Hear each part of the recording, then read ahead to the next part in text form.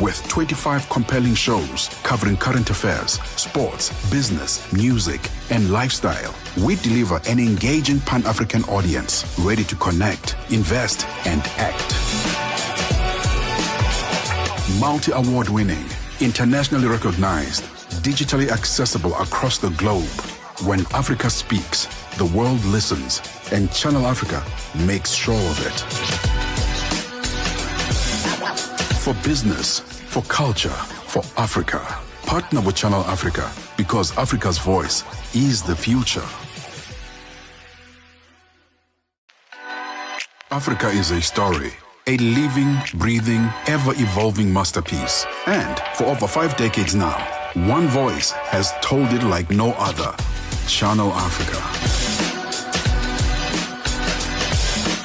More than just a broadcaster, Channel Africa is the pulse of the continent, African-led, African-run, and deeply rooted in its heritage. It's the only international station that speaks to Africa in its own voices. English, Kiswahili, Chinyanja, French. Here on Channel Africa, where we bring you the African perspective. My name is Peter Ndoro. We're broadcasting live from our studios in Johannesburg in South Africa, Afrique du Sud en français.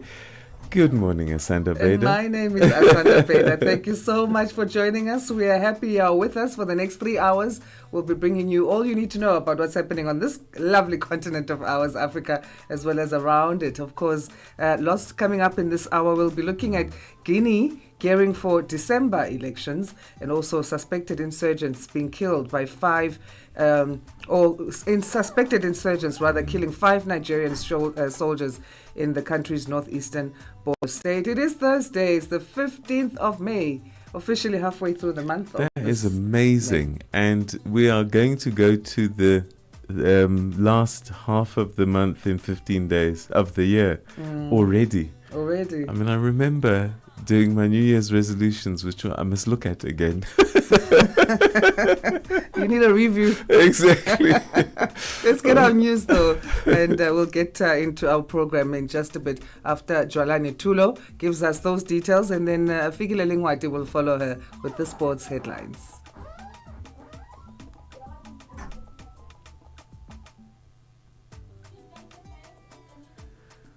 All right, so we were talking about the half year and how quickly time flies. Yeah. Do you know the entire time we spent at school, now when you look back, feels like 5 minutes, but when we were young, it felt like centuries. The matric year, I think, for me was extra long. There's that period where after June, you prepare for the final exams. Yes. I think they call it prelims. Prelims, yes. And then you've got like about 10 days or something to go. It felt like years. Wow. We were also ready to just leave high school. And then when you leave school, because there's this whole thing about that year and that exam. But when you leave, you realize actually in the scheme of things, it was just a moment. Yeah. It wasn't as important as we thought it was. Exactly. Now we can tell that to our kids. Well, they don't listen because they go through it. They really don't. So we're going to give you an Africa Roundup as we do after the news, looking at stories that you may have missed from yesterday, giving you a roundup of that, and then also it's a throw forward to what you can expect in terms of updates on news for this new day. And then we've got our Central Africa wrap. It's almost like an Africa Roundup, but zooming into one area of the continent. And today's Thursday's edition will be on Central Africa. So a little bit later on, I had a fascinating conversation with someone who genuinely could be Zambia's next president. They're going to the elections next year, and there's a guy called Kelvin Fube Bwalia. Okay. He was a kingmaker. I know that surname. Yes. But yeah. He was instrumental in making sure that William Sata was elected president, then Edgar Lungu, then Hakainde Hichilema. And except for William Sata, all the other 2 candidates eventually disappointed him immensely. So he's running for president in 2026. And I had a chat to him about his life story and what he hopes will change if he becomes president. So that's going to be at about 8 o'clock this morning. So listen out for that. If you're Zambian and interested in Zambian issues, that's an interview not to miss. Right now, though, it's time for your news with Jolani Tulongwepe. Este é o Caleidoscópio de Canal África, com Remo Samo e João Yabalá. O surto da cólera em Angola tem causado grande preocupação, afetando já mais de metade das províncias do país. Simultaneamente, a Agência dos Estados Unidos para o Desenvolvimento Internacional, USAID, um dos maiores doadores mundiais de assistência humanitária, decidiu não priorizar os países com maior incidência de malária. Para discutirmos as causas do alastramento da cólera em Angola e os impactos dessa decisão da USAID, convidamos o Dr. Jeremias Agostinho, médico e mestre em saúde pública, para partilhar a sua visão sobre o tema. A doença, nesse momento, representa o maior risco de saúde pública que nós temos. Nos últimos anos, a nossa preocupação esteve sempre centrada com os casos de malária, os casos de tuberculose e também de infecção por VIH-Sida. A forma como, em pouco menos de 2 meses, os casos de cólera vêm aumentando, acaba por representar, nessa altura, um dos maiores desafios que o país tem. É expectável que, nesta fase, o número de casos venha a aumentar. De segunda a sexta-feira, das 20 às 21 horas locais, este é o Caleidoscópio do Canal África.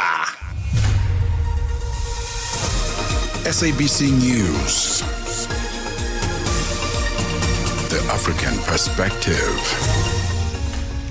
Thank you, Peter. Good morning. An ongoing diplomatic row between Algeria and its former colonial power, France, has escalated after both countries announced further tit-for-tat expulsions of diplomats. The French Foreign Minister Jean-Noël Barrot has announced that an unspecified number of Algerian officials in France will be sent home. The move is in response to an announcement by Algiers on Sunday expelling several French officials. Calm returned to the Libyan capital Tripoli yesterday, a few hours after the government announced a ceasefire. Clashes broke out late on Monday after the killing of a major militia leader, Abdul Hamid al-Beba. After calming on Tuesday morning, the fighting reignited overnight, with major battles rocking districts across the entire city. The United Nations Libya mission, UNSMIL, said it was deeply alarmed by the escalating violence in densely populated neighborhoods of Tripoli and urgently called for a ceasefire. The White House has criticized a decision by the U.S. Episcopal Church not to help resettle Afrikaners from South Africa in the United States while deciding to conclude its refugees resettlement agreement with the U.S. government. In a letter to congregants, presiding Bishop Sean Rowe wrote that it had been rather painful to watch one group of refugees, selected in a highly unusual manner, receive preferential treatment over many others who had been waiting in refugee camps or dangerous conditions for years. Sherwin Bryce Peace has the story. In a statement, the White House's Anna Kelly said that any religious group should support the plight of Afrikaners who had been terrorized, brutalized and persecuted by the South African government. It's entirely unclear what specific government actions she is referring to. She said Afrikaners had faced unspeakable horrors and were no less deserving of refugee resettlement than hundreds of thousands of others who were allowed into the United States during the past administration. Kelly said President Trump had made it clear refugee resettlement should be about need, not politics. Yet the entire refugee program has been suspended for months, blocking the entry of desperate refugees fleeing atrocities and wars, including in Sudan, Myanmar and Afghanistan. The Education Labour Relations Council in South Africa has raised concern about the escalating number of teachers being found or guilty of sexual misconduct. In the last financial year, the council found at least 39 teachers guilty of sexual offences perpetrated against pupils countrywide. This involved teachers sexually harassing or inappropriately touching pupils. Council spokesperson Bernice Loxton says majority of the alleged perpetrators were from the Gauteng and KwaZulu-Natal provinces. In the 2023-24 financial year, we had 82 cases referred, and 2024-25, which ended end of March, we had 111 cases referred. So there is that increase in cases, and of those cases referred, 39 teachers were found guilty and 7 were not. We found that of the guilty teachers, in the highest is in KZN, followed by Gauteng. And finally, Germany's Chancellor Friedrich Merz says his government aims to create the strongest conventional army in Europe. He made these remarks in his first speech to Parliament since taking office last week. Merz urged the West not to be divided on Ukraine and said he was working to ensure unity between allies in Europe and the US on how to end the war. For any news stories you would like to share with us, please do send an email to newsroom@channelafrica.co.za or call us on +27 11 714 4459. For Channel Africa News, I'm Cholani Tulo-Webe. SABC News. The African Perspective. Good morning. In our sports headlines, the South African football side Stellenbosch FC coach would like to qualify for another CAF Confederations Cup. And the newly appointed Test coach Shukri Conrad says lifting the trophy would reignite the fire within the South African cricket followers. I'll be back with these and other stories at the bottom of the hour. Wake up, Africa. Peter Ndoro and Asanda Beda are here to help you rise and shine. Weekdays, 6 till 9 a.m. Central African Time. Only on Channel Africa. All right, let's get into our Africa Roundup now, giving you stories you might have missed that you need to be aware of in and around our continent, and also looking forward into what we can expect in terms of news developments on this new day, this Thursday. We go to Guinea, where local Guinea authorities and census staff first have been conducting biometric enrollments to issue identity receipts that will be converted into voter cards. The country will hold legislative and presidential elections in December of 2025. Guinea's Prime Minister Amadou Oriba announced on Monday. Arthi Thayaparan reports. Prime Minister Amadou Uriba's announcement comes a month after the government set September 21st as the date for a constitutional referendum, which authorities have said would be a precursor to any election and a return to constitutional rule. Guinea is ruled by military leader Mamadi Doumbouya, who seized power in a coup in September 2021, and in 2022 proposed a 2-year transition to elections, but then did not take steps to organize a vote. The junta later set and missed a deadline of December 31st, 2024 for a return to civilian administration. In July 2024, the junta presented a draft of a new constitution, which may allow Doumbouya to participate in the next presidential election. Suspected insurgents killed 5 Nigerian soldiers in assaults on 2 army bases in the country's northeastern Borno state this week. Christy Kilburn has more. A soldier who escaped the attack said the militants arrived on motorbikes and gun trucks.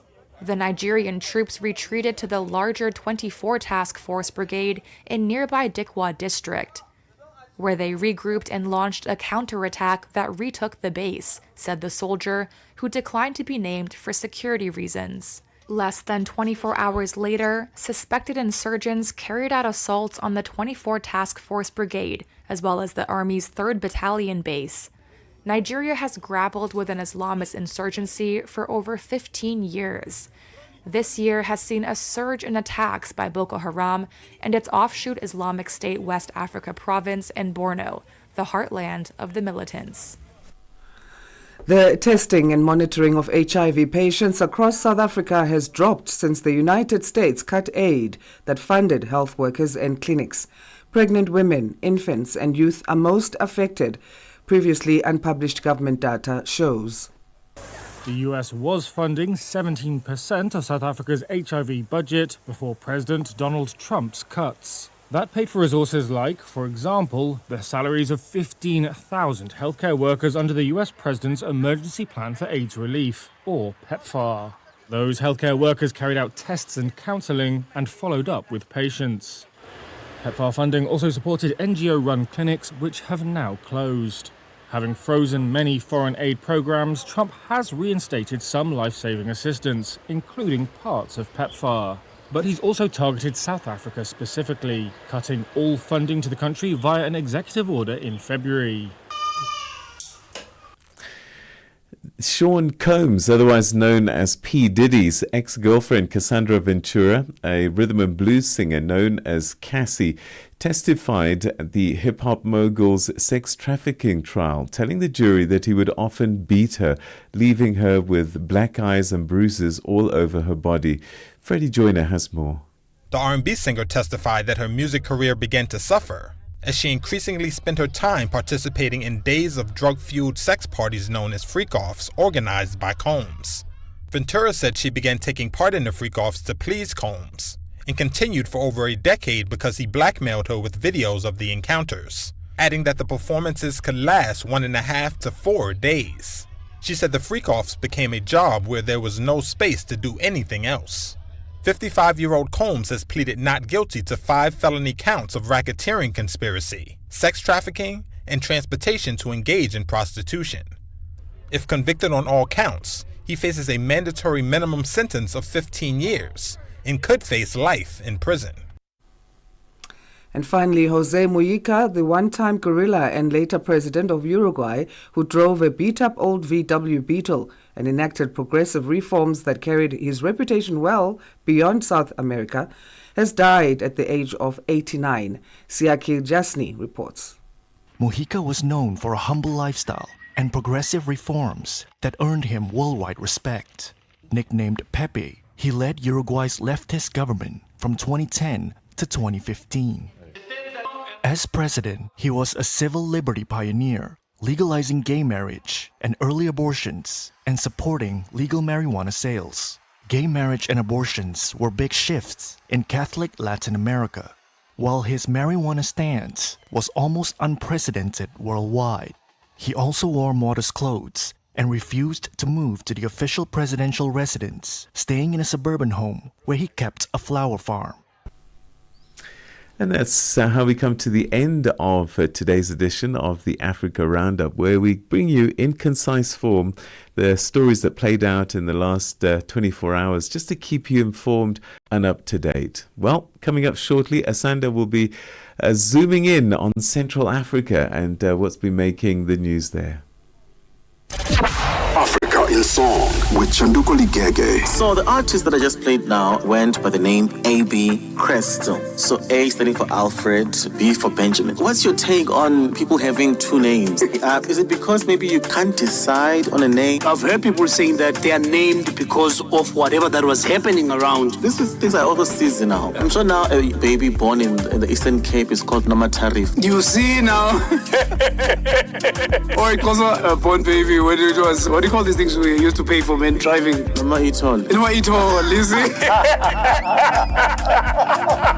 Well, Nama Confident is leaving. Africa in Song with Chanduko Ligege. Mornings made better with Peter and Asanda on Rise and Shine, weekdays 6 till 9 Central African Time on Channel Africa. 17 minutes past 6 Central African Time. Let's take a look at some of the stories making headlines in Central Africa. We're joined on the line by Aaron Ngambi, geopolitical analyst and columnist, to help us unpack. Aaron, thanks for joining us. How are you this Thursday? I'm good, thank you. Good morning to you and good morning to your listeners. Morning. Let's begin in Cote d'Ivoire. Former international banker Tidjane Thiam there has been re-elected as opposition party leader, the Democratic Party of Ivory Coast. This ahead of October's presidential elections. This is 2 days after resigning. In the first place, why did he resign from this position of leader of PDCI?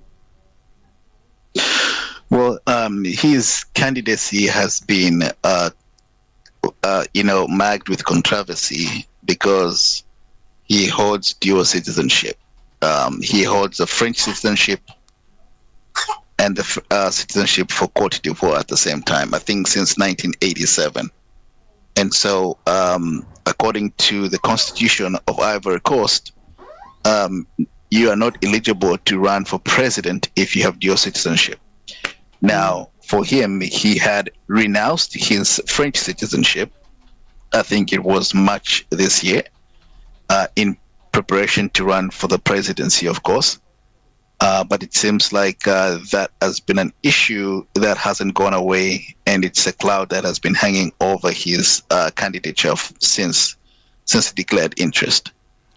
But also, I think that there are some elements of, political scheming by his opponents and trying to disadvantage him or actually bar him from running. Political scheming that he calls judicial harassment, because he's referred to the situation that removed his presidential race as judicial harassment. Do you see it as that as well? Yeah, I mean, you see, the issue that we have in most African countries is that we have this doctrine of separation of powers, which is practically on paper, and it's nothing tangible. You have the executive, the legislature, and the judiciary claiming that they're independent, but in most cases you have the executive appointing the judicial officers who are the judges of the high courts and the Supreme Courts. And then you also have a legislature that is predominantly majority from the ruling party. So the issue of separation of powers in most African countries is neither here nor there. It's really theoretical rather than practical. So I think this is why he's claiming that this is judicial harassment, because it feels like since the judiciary has barred him from running for the presidency, because they claim that because he has this dual citizenship, or I've had this dual citizenship for so long, therefore he's not eligible. But I'll give you another quick example in relation to what happened in Malawi. When Peter Wamtarika was running for president, right after his brother had died, Bingu Wamtarika, then Joyce Banda was president for some time. But when Peter Wamtarika, who is the immediate past president, was trying to run for the presidency of Malawi, you recall that the issue of him having dual citizenship came up, the United States citizenship as well as the Malawian citizenship. And he actually renounced his U.S. citizenship just days before the election, if not weeks before the elections, and he was able to contest. So I think that this is why the opposition leader in Cote d'Ivoire thinks that this is judicial harassment. It feels like because he has renounced his French citizenship for some time now, or for a couple of weeks or a month now, he feels like he's eligible, and yet the judiciary insists that he is not. Elections are set for October 25th. What are his supporters saying now?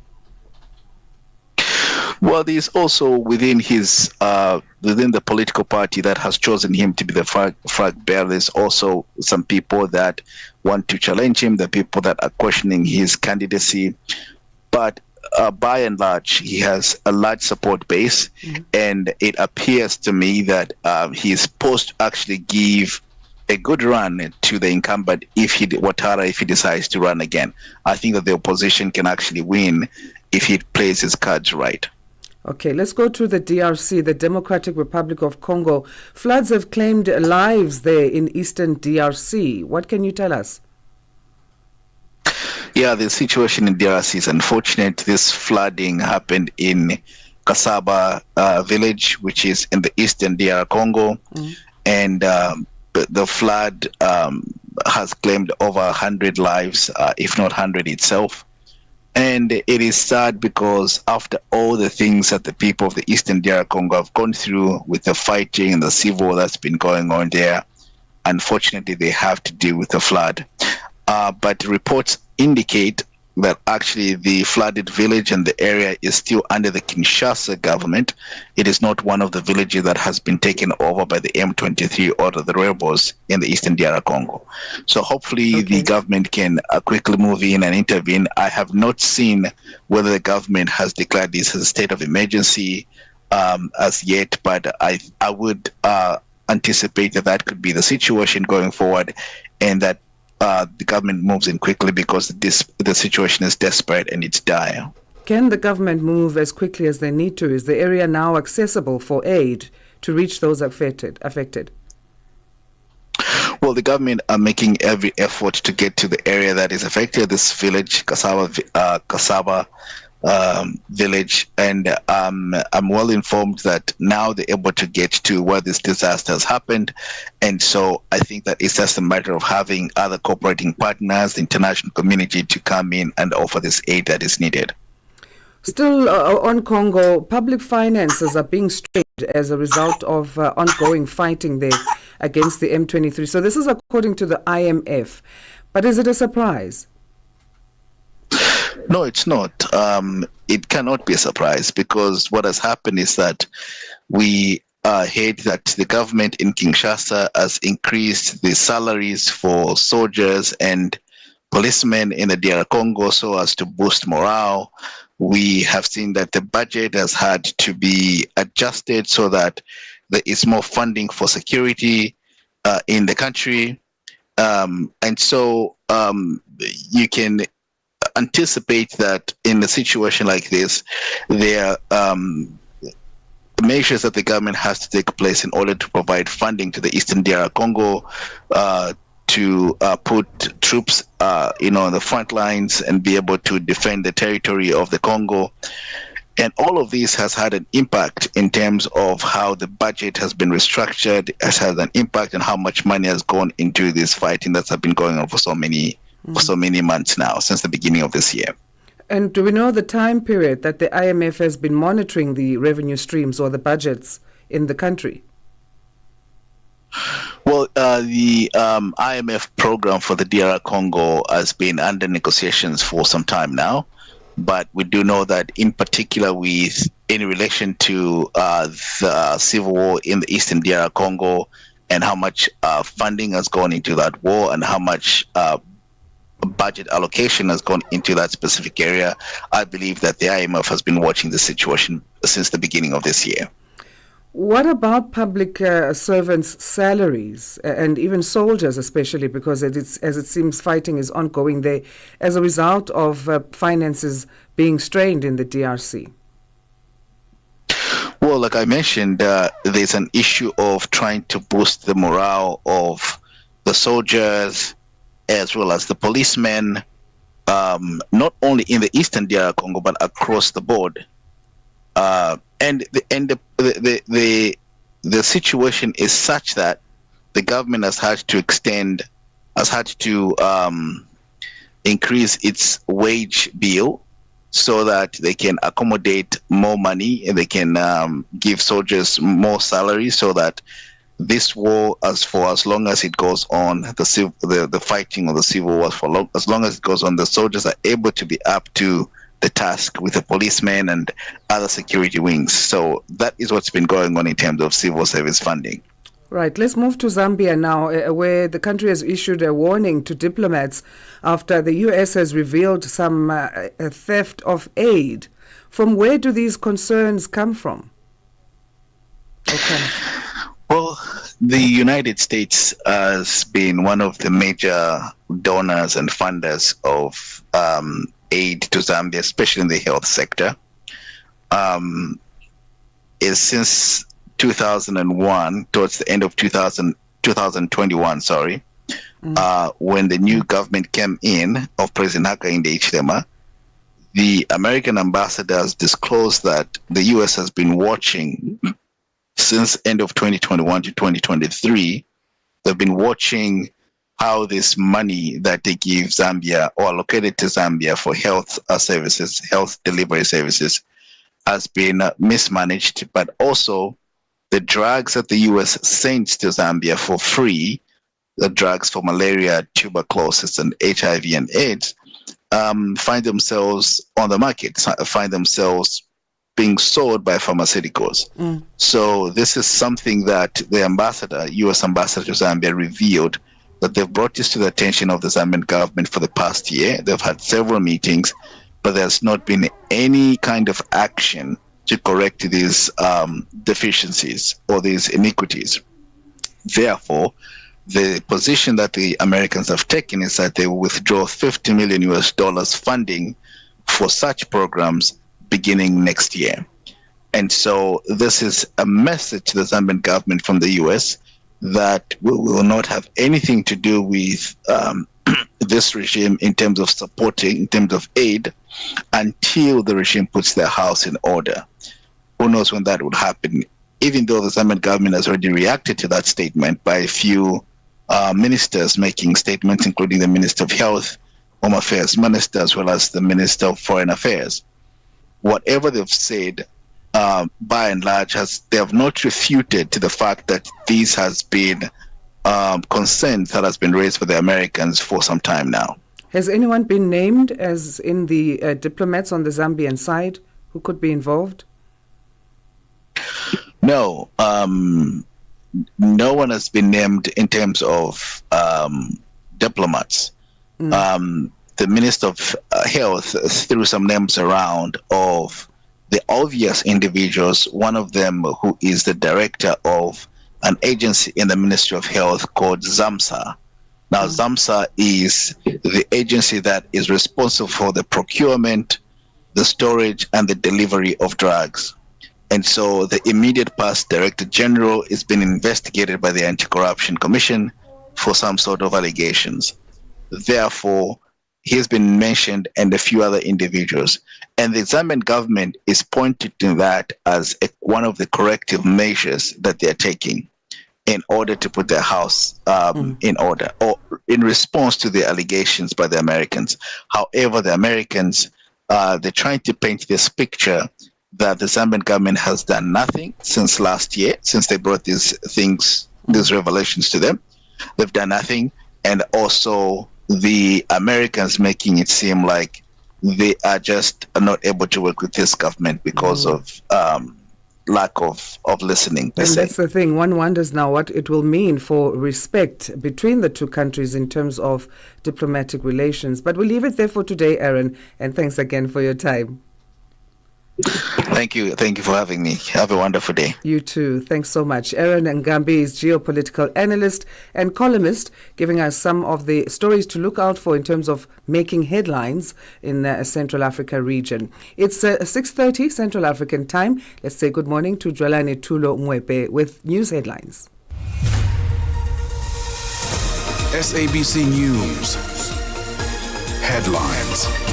The African Perspective. Thank you, Asanda. Good morning. Making headlines, President Cyril Ramaphosa of South Africa will travel to the United States early next week for a meeting with his counterpart Donald Trump at the White House. The presidency has confirmed Ramaphosa's trip after Trump announced earlier this week that he was expecting a leadership delegation from South Africa. An ongoing diplomatic row between Algeria and its former colonial power France has escalated after both countries announced further tit-for-tat expulsions of diplomats. And finally, US President Donald Trump's opponents in the Democratic Party have slammed him for indicating that he will accept a luxury jet from the Qatari royal family. Mega influencers have described the move as a bribe. I will have details on these and other stories at 7 o'clock. SABC News. Headlines. The African Perspective. Right, let's find out what's been happening in the world of sport overnight. And we're starting to get towards the end of football season. So are the champions in some countries still to be decided? Well, Fikile Lingwat is busy watching that and other sports items. Good morning, Fikile Lingwat. Sports on Channel Africa. The African Perspective. Good morning, Peter. Yes, in other countries are still to be decided, but in South Africa, already Sundowns are the champions again. But first, let's start off with this one. The South African football side, the Stellenbosch FC coach, Steve Barker, says they must do everything they can to qualify for the CAF Confederations Cup, having had a taste of continental football for the first time this season. Staleys made an impressive debut in the competition in 2024-2025, going all the way to the semi-finals, having faced strong opposition like AS Vita Club, RS Berkane, Zamalek and Simba SC along the way. Barker says they struggled to find their feet in African football, but eventually got the hang of it, and those lessons will valuably live for them should they return for a second successive season. Yeah, I think it's very important because we've actually, suffered a lot this season in terms of our first sort of appearance on the continent. A lot of travel, a lot of we started the group stages without a win in our first two, had to fight back had to get past a team like Zamalek. So, that experience we got, it was such a good experience, and we gained the experience that, now to not play there the following year would, not be something that we would want. We want to be there. I think the experience that we gained this first year will stand us in good stead going forward. And now on to football news. More again is that Nottingham striker Taiwo Awoniyi is in an induced coma after having the first phase of surgery on a serious abdominal injury. The Nigeria international collided with the post in the 88th minute of the 2-2 draw against Leicester at the City Ground on Sunday as he attempted to get on the end of a cross from Anthony Ilanga. Sports Anuya suffered a ruptured intestine in the collision. He had surgery on Monday night and remains in hospital with the rest of the procedure set to be completed on Wednesday. On Tuesday, Forrest said Awoniyi was recovering well following the operation. Awoniyi, a late substitute for the Ibrahim Sangare, on Sunday received lengthy treatment on the pitch. Proteas coach Shukri Conrad says a win in the World Test Championship final against Australia next month will go a long way in convincing the International Cricket Council that South Africa deserves a place at the main table of Test cricket. The team has not played nearly enough matches in the longest format of the game in recent years, despite making it to the decider from the 11th of June at Lord's, having played just 12 games compared to their opponents' 19 on the way there. Yeah, so if we were able to achieve this with the scarce schedule that we've had, imagine what we'd be able to do if we had like a prop full schedule. So yes, if it is that, it means that we take our place at the main table, and if winning this shows the world that we belong at that main table, then so be it. But I never ever felt that Test cricket plays second fiddle to, or should play second fiddle to the white ball game. For any sports stories you'd like to share with us, please send an email to newsroom@channelafrica.co.za or call us on +2711 714 4459. This is Channel Africa Sport with me, Fidel Ngwati. Sports on Channel Africa. The African perspective.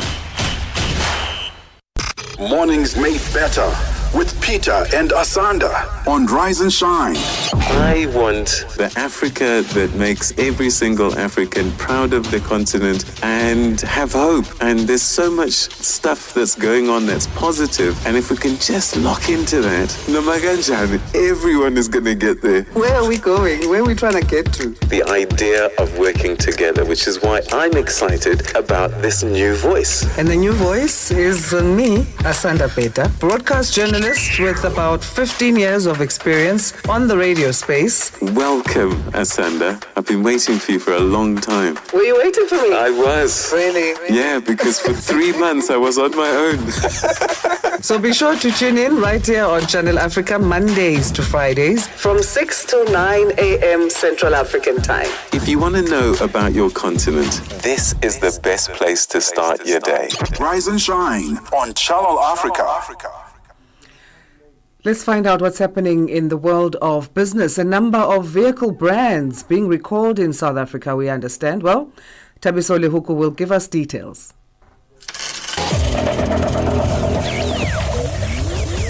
Business news on Channel Africa. The African perspective. Thanks, Asanda. Definitely. Good morning. Specific models of top car brands, including Jeep Wrangler, Volvo, Citroen, VW Polo sedan, are being recalled in South Africa. This is for various mechanical and other defects, such as defective airbags, faulty brakes, and high-voltage batteries. Spokesperson for the National Consumer Commission, Petondaba, it says consumers with affected vehicles are requested to book their vehicles into the nearest approved dealership for checkups and replacement of defective components when necessary. Volvo South Africa is also recalling 27 Volvo XC90 models because of a potential issue with the high voltage battery. The last brand is the VW Polo sedan. They are recalling because of the rear seat belt latch plate.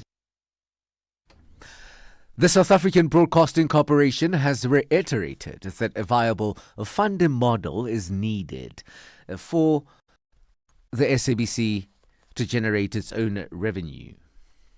The SABC updated the Standing Committee on Public Accounts on its audited outcomes and financial performance. CEO Nomsa Chabedi says that the organization has not asked for another bailout to improve its financial sustainability. It made a loss of about $38 million for the 2023-2024 financial year. Chabedi explains. 7.3 billion over the NTF period of SABC public mandate costs are unfunded, meaning that that money has to come from our commercial activities, which makes it very, very difficult. So we are self-funding at the moment, and what this does really is that it's impacted our ability to reinvest in ourselves. Africa's growing influence on the global stage has opened doors to reimagine tourism, trade and innovation across the continent.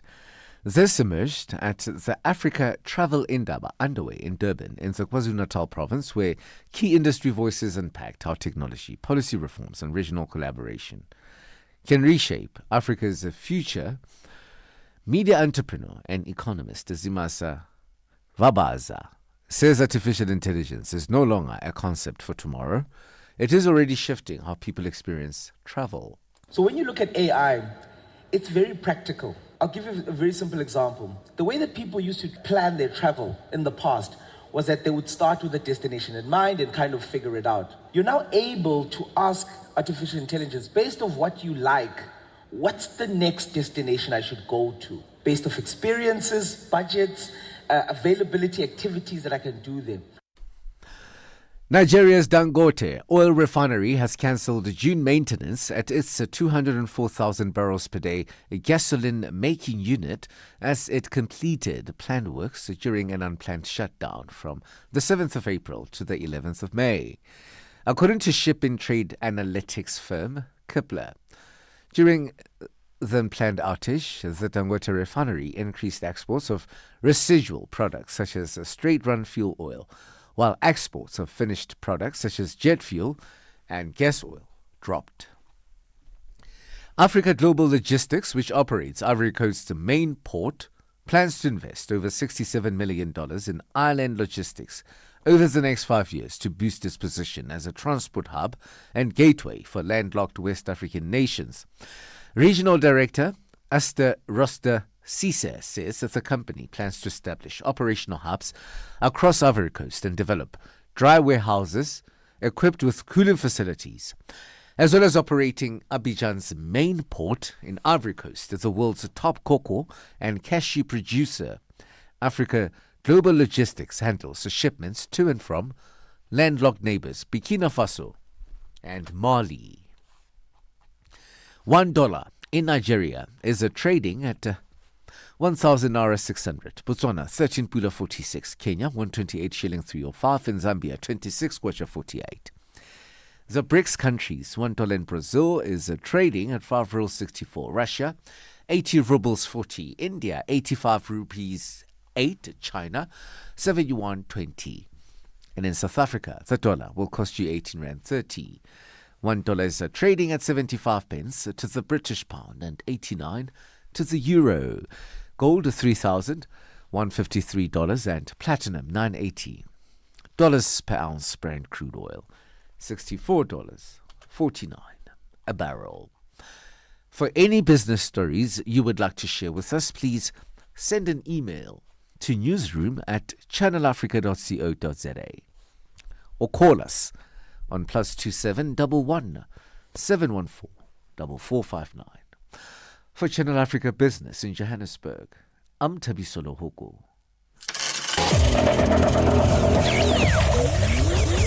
Business News on Channel Africa. The African Perspective. Get the news, music, and lifestyle of Africa on Channel Africa, the African perspective. G20 in Africa, exclusive to Channel Africa. South Africa has proposed the establishment of a cost of capital commission during its G20 presidency. The commission will deliver a comprehensive expert review on the issues impacting the cost of capital for developing economies, which could help address future debt, sustainability issues, and related fiscal space challenges. And that is our G20 fact this morning. G20 in Africa, exclusive to Channel Africa, championing Africa through solidarity, equality, and sustainability. 44 minutes past 6 Central African time. Now, the Director for Economic Development in South Africa's Department of International Relations and Cooperation, Masocha Mnguni, who also serves as the G20 Summit Overall Project Coordinator, has emphasized that the country's presidency will be driven by the voices of its people. Mnguni was speaking to Channel Africa on the sidelines of the launch of the G20 Presidency Community Engagements and Town Hall Outreach Program held at the University of South Africa. Channel Africa's reporter Michael Mbewe has more. South Africa's G20 presidency is taking a bold and inclusive turn as the country gears up to lead one of the world's most influential multilateral platforms. While South Africa has chosen solidarity, equality and sustainability as the central theme for the summit due in November 2025, questions have been asked to whether G20 is a platform for elites. Speaking to Channel Africa, G20 Summit Overall Project Coordinator Masocha Mnguni echoed the following. We are happy to be on this platform so we may share with you and the listeners in terms of what informs our participation as the presidents of the G20 in this important meeting. Ngoni underscores that the idea behind the town hall community engagements emanates from South Africa's President Cyril Ramaphosa's sentiments of inclusion during the launch of the G20 presidency. Of course, our participation at this town hall meeting organized by UNISA is provided for by what President Ramaphosa indicated when he launched South Africa's G20 presidency in December 2024, when he said South Africa's presidency will be a people's G20, will be an inclusive G20. By inclusive, of course, we are talking about inclusion of civil society, of academia, think tanks, grassroots organizations, the private sector, their inclusion in terms of contributing to the execution of the agenda we have put forward. He says for G20 to be successful under its theme, it is imperative to extend an olive branch to broader stakeholders. As you will recall that our chosen theme for South Africa's G20 presidency is solidarity, equality and sustainability. And of course, in order to do justice to that very ambitious agenda, you do need a whole of society involvement in terms of driving that important work, because the chosen priorities also talks to the aspirations of ordinary South Africans. The South African ambassador to the United Nations, Nozipho Diseko, a former G20 Sherpa, factored in with the following comments on Africa's capabilities. We need to understand Africa as a player globally very well. I am very proud of the capabilities diplomatically of the continent of Africa. On climate change, it has the best negotiators, the best, who understand the game. Africa has been a part of the G20 since its inception, but participating from a programmatic point of view. When I was the Sherpa, I moved with the Sherpa of NEPAD, who negotiated. So when we say Africa needs agency, that is a mischaracterization of capabilities that already exist in the continent. Civil society has welcomed this inclusive initiative. Marisane Mariri is a community and business leader from Soweto. This is a very exciting opportunity, especially because I live in Soweto myself, but I've had the privilege of attending multiracial schools in suburban areas.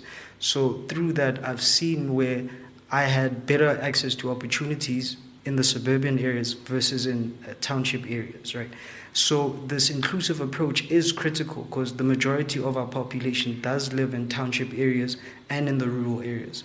He says bringing such discussions to communities will prevent consequential circumstances. So we've seen that if we do not take these initiatives to the townships, then we will have things like riots or xenophobic attacks, so that it is very critical that we set up engagement hubs in our local communities so that they can also participate in the global community.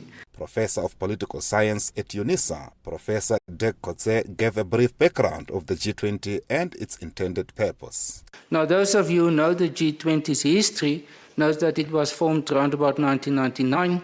It was after the economic crisis, the different countries came together, and it was not initially the presidents or the prime ministers, it was only the ministers of finance and the governors of their central banks, and out of that developed. So I think that provides for us a type of understanding of what's the core business of the G20. And that is, let's be frank, economic and financial matters at a global level. Michael Mbewe, Channel Africa News, Johannesburg. G20 in Africa, exclusive to Channel Africa, championing Africa through solidarity, equality, and sustainability. Mornings made better with Peter and Asanda on Rise and Shine, weekdays 6 till 9 Central African Time on Channel Africa. So interestingly, Asanda and I were talking about families a few minutes ago, and and guess what? Today is actually International Day for Families. Lovely. South Africa's Minister of Social Development, Sisi Tolashe, will commemorate the day as part of Child Protection Month campaign currently underway in Cape Town. The commemoration aims to bring a focus on the importance of families as the first line of defense in the protection of children. Nhlanhla Mahlangu picks up the story. Held on the 15th of May every year, International Day of Families was established by the United Nations in 1993 as a way to raise awareness of issues faced by families throughout the world. The day is also as a way to recognize that family structures have undergone many changes due to social, economical, and demographic factors. The annual event also provides a way to highlight the important role that families hold in communities and raises issues that may affect families. Acting Deputy Director General for Corporate Support Services at the Social Development Department, Lumka Oliphant, says child protection is a shared responsibility and that parents and caregivers as well as the entire community play an important role and can contribute to creating a safe environment for children. During the commemoration, the Minister will launch the revised white paper on families and the Families Matter program, highlighting the importance of care and protection of children. Under the theme Family-Oriented Policies for Sustainable Development towards the Second World Summit of Social Development 2025, this year's commemoration seeks to highlight the importance of supporting and strengthening families.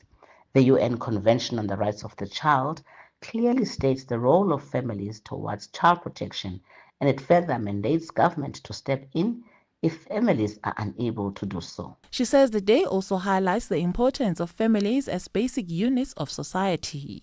Current family-centered interventions such as positive parenting, Families Matter, and the social assistance programs seek to ensure that families have the necessary resources and support that protect children and strengthen families.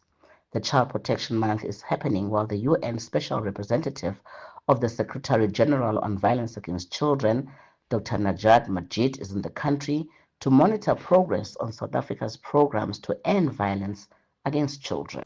The United Nations General Assembly proclaimed that the 15th of May reflects the importance that the international community attaches to families as basic units of society, as well as its concern regarding their situation around the world. Reporting for Channel Africa, I am Nhlanhla Mahlangu in Johannesburg. South African schools are grappling with a disturbing trend of teacher misconduct, with 111 reported cases of sexual misconduct against pupils between April 2024 and March 2025, resulting in 39. A 40th teacher was recently fired for kissing and sexually assaulting a learner. Nomusa Cembi, spokesperson for the South African Democratic Teachers Union, SATU, says they are extremely concerned by these numbers. We are very much against such conduct because it's shaming the profession, and it's also, affecting the dignity of, violating the dignity of the learners that they teach, because we know very well that teachers operate in a local parental spaces. They are like parents to the learners, so it is therefore uncalled for that a parent can engage in a sexual relationship with the learner. As such, we are totally against it. I remember last month or earlier this month, there was an incident of a teacher, a 58-year-old teacher in Limpopo, who allegedly raped a learner, a primary school learner, a 13-year-old learner. And as a union, unfortunately, that person was our member. We immediately suspended his membership. We have made it clear to our members that we cannot tolerate such behavior, and whoever is engaged in that will make sure that they have to, they will be suspended by the union. These people should be struck off the roll, as you know very well. If a teacher is found guilty of such conduct, the South African Council for Educators, where teachers are registered, they struck that person off the roll. We were amongst the first to call for that to happen, because we felt that a person who does that is unfit to be a teacher. And also in the Education Labour Relations Council, ELRC, where these matters are dealt with, we were amongst the first to sign a collective agreement which was signed in 2018, which allowed for a process where arbitrators would be called in such matters, and where, in order to protect the learner who may either be a victim or a witness in such cases, protect them from having to testify in many different in many hearings. Like you'll have a hearing called by the department, a hearing called by SACE, and a hearing called by ELRC. You'll find that at the end of the day, a learner would end up not attending those because they add to the trauma. That was Nomusa Cembi, spokesperson for the South African Democratic Teachers Union, or SATU. This might be a time to thank the team, actually. I think we can do that. Let's say thank you to our technical producer, Moindli Mtambo today. Our producers, Hlengiwe Mabaso, Joey Likhodi, and Pumuzo Ramagadza on news. Thanks to Jwalani Tulo Mwepe. On economics is Tabiso Lehoko today. And sports is Fikile Lingwati. So you hear Peter and Asanda on air, but there are a whole lot of other people that make rise and shine, literally. And they do most of the work, actually. So today is actually a very interesting day in history. On May the 15th, 1948, Israel declared independence. And on the same day, the first Arab-Israeli war began as neighboring Arab states invaded. This marked the start of a decades-long conflict in the Middle East, and it has continued for over 80 years now. Palestinians refer to this day as Nakba Day, the Day of Catastrophe, commemorating the displacement of hundreds of thousands of Palestinians. This Middle East story, I don't know how it's ever going to get resolved. And depending on how you look at the Bible and how you unpack it, I just can't see how they're going to solve this Palestine-Israel story. There was talk of a two-state solution, but you've got Israel now occupying parts of what is termed Palestine to such a degree that it's how you're going to get these settlers out, I don't know.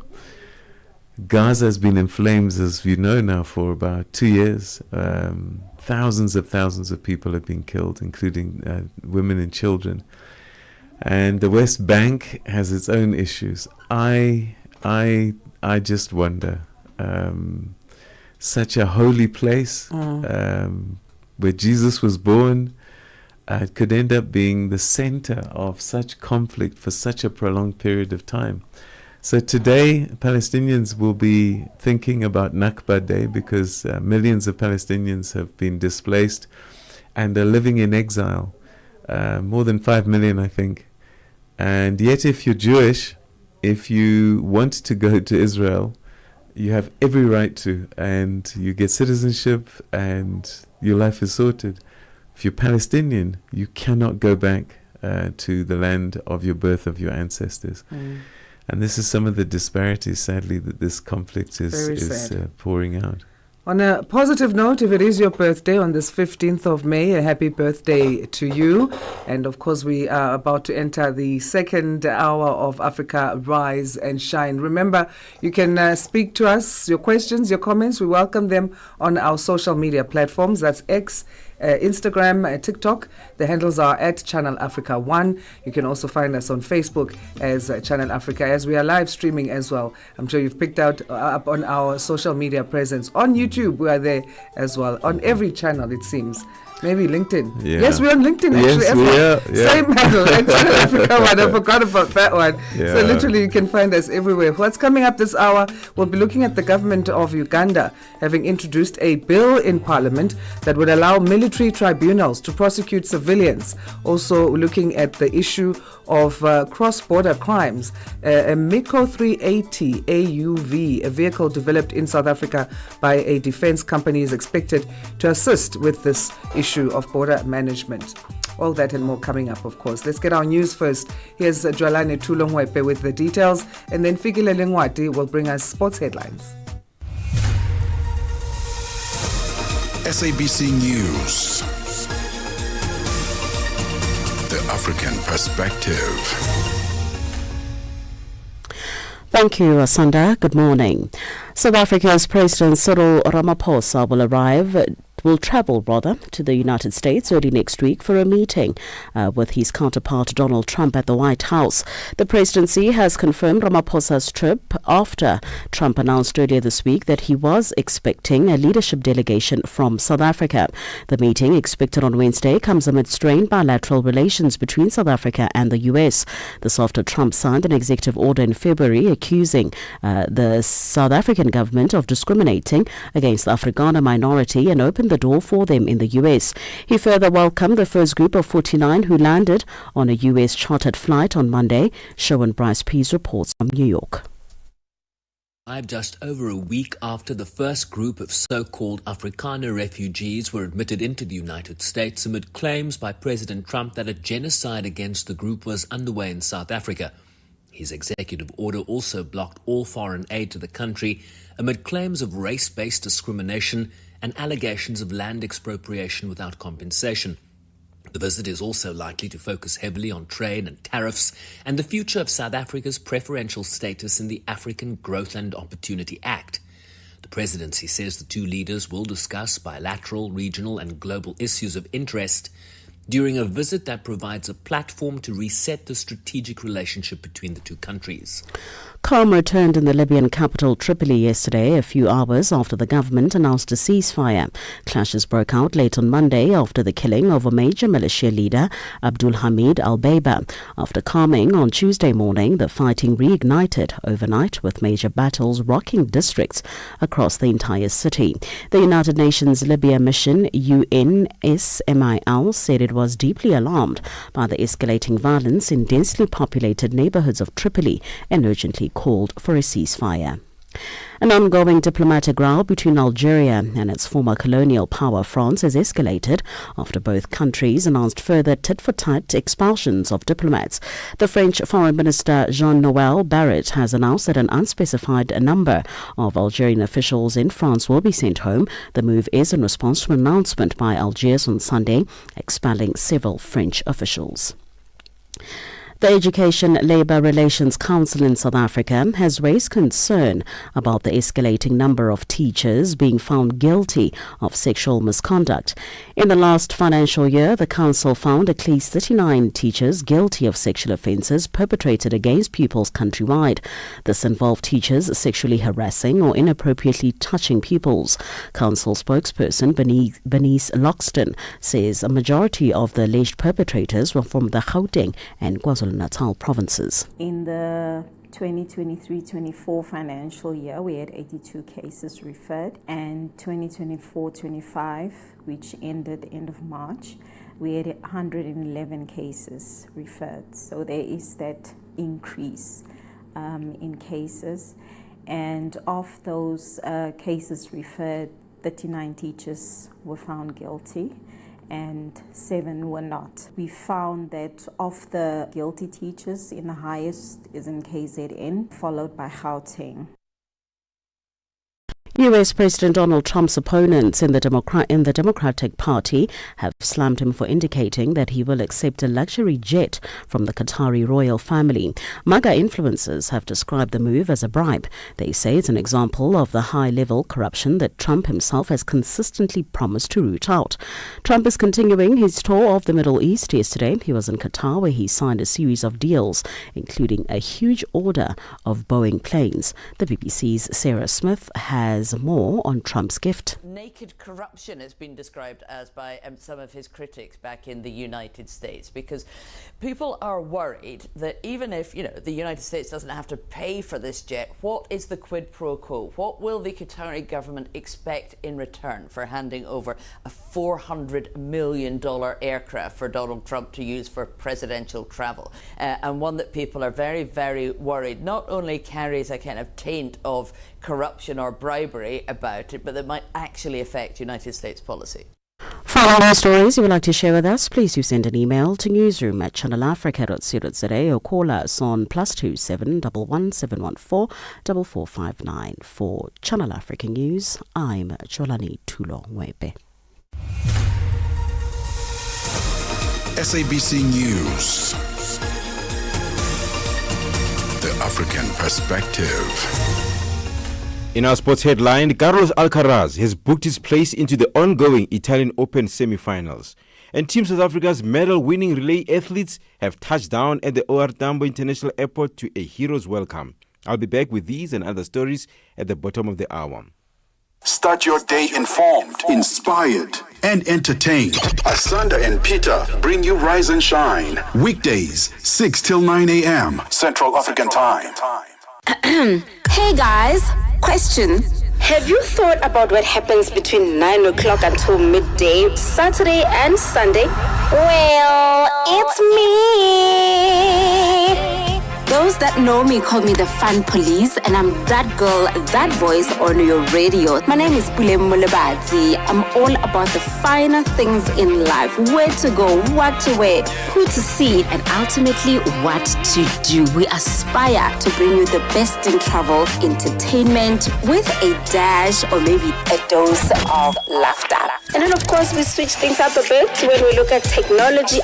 I love what's happening with AI, because you blink, something new pops up. So the challenge is constantly there. I'm learning every single time on the show. So catch me every single Saturday and Sunday at 9 a.m. until 12 midday Central African Time, Baba.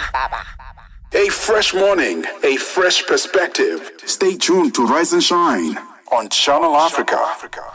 The South African Broadcasting Corporation, SABC, says it needs about 7.3 billion rand to fund costs related to its unfunded public mandate. The organization was updating Parliament's Standing Committee on Public Accounts on its audit outcomes and financial performance. The management of the SABC and the board confirmed incurring a loss of 700 million rand for the financial year of 2023-2024. Abongwe Kobogana reports. For the 2023-2024 financial year, the SABC received an unqualified audit opinion. After receiving disclaimers since 2009, SABC CEO Nomsa Chabeli says the cost of funding for the programs related to the public mandate stands at 7.3 billion rand. 7.3 billion over the MTN period of SABC public mandate costs are unfunded, meaning that that money has to come from our commercial activities, which makes it very, very difficult. So we are self-funding at the moment, and what this does really is that it's impacted our ability to reinvest in ourselves. So as you know, private sector organizations and investors that actually invest towards their growth. Therefore, they are able to invest ahead of the curve.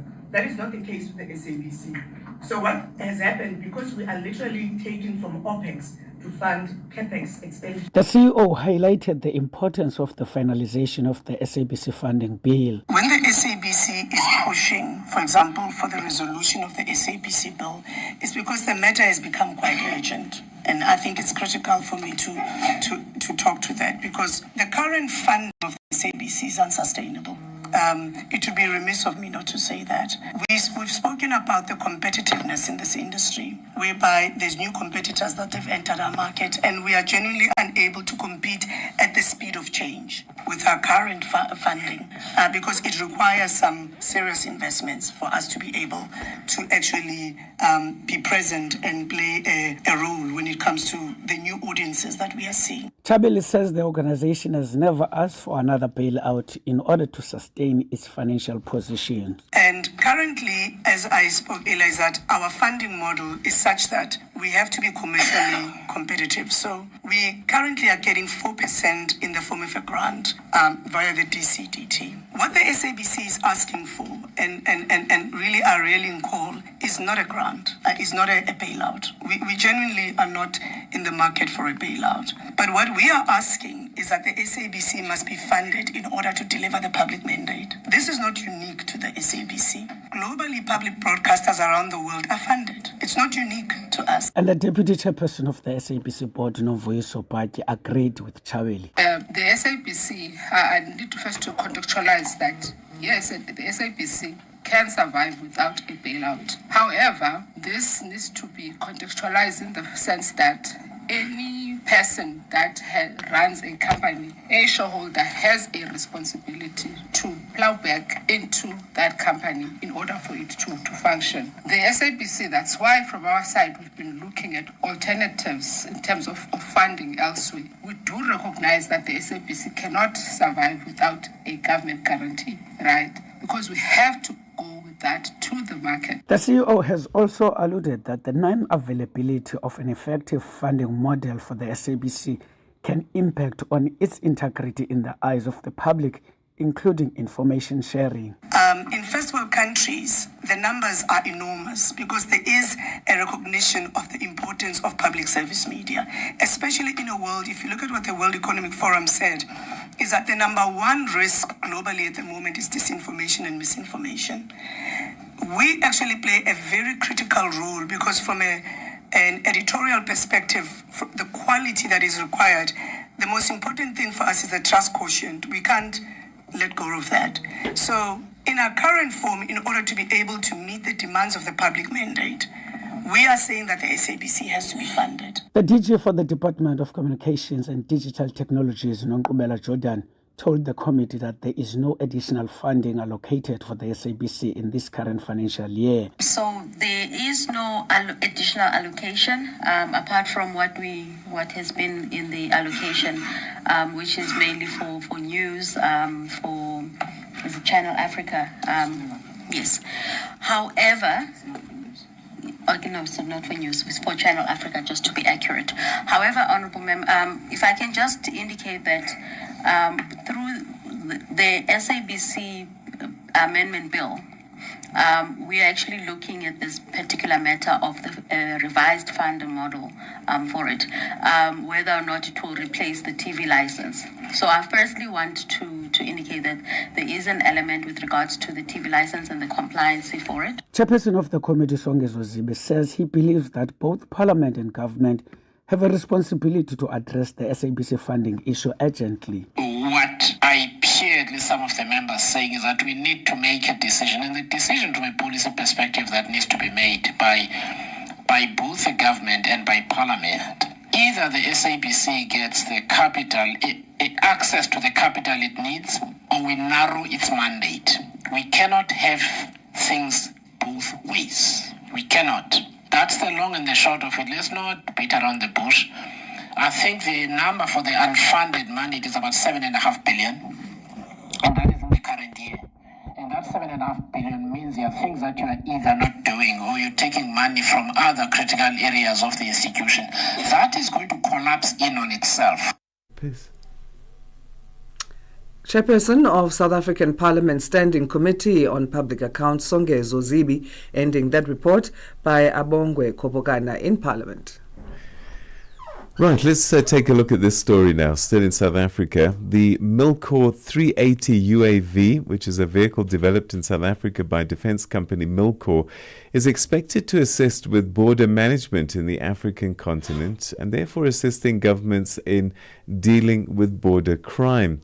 The inventor, Milcor, says that its advanced capabilities, including extended flight endurance and high-resolution surveillance systems, positions it as a game changer in addressing cross-border challenges such as illegal trafficking and unauthorized incursions. Channel Africa reporter Sisi Sekgalo spoke to Communications Director at Milcor, Daniel Duplessis, to get an understanding about the vehicle and its use. So the Milcor 380 is the largest unmanned aerial vehicle to be manufactured, developed, flown and tested on the African continent. We're very proud of this product, specifically due to the fact that it has a multi-role purpose. It's an unmanned aerial vehicle, essentially a large aircraft that is operated from a ground control station, operating more than 4,000 kilometers, more than 35 hours continuously, specifically designed for military operations in surveillance, reconnaissance, and intelligence gathering. It also has some unique features and applications specifically pertaining to SABS, the Border Management Authority, and various other state defense and security institutions, specifically when it comes to aerial surveillance and aerial information gathering. Cross-border crime is a big challenge in the African continent. Can this vehicle be used by African governments for this purpose?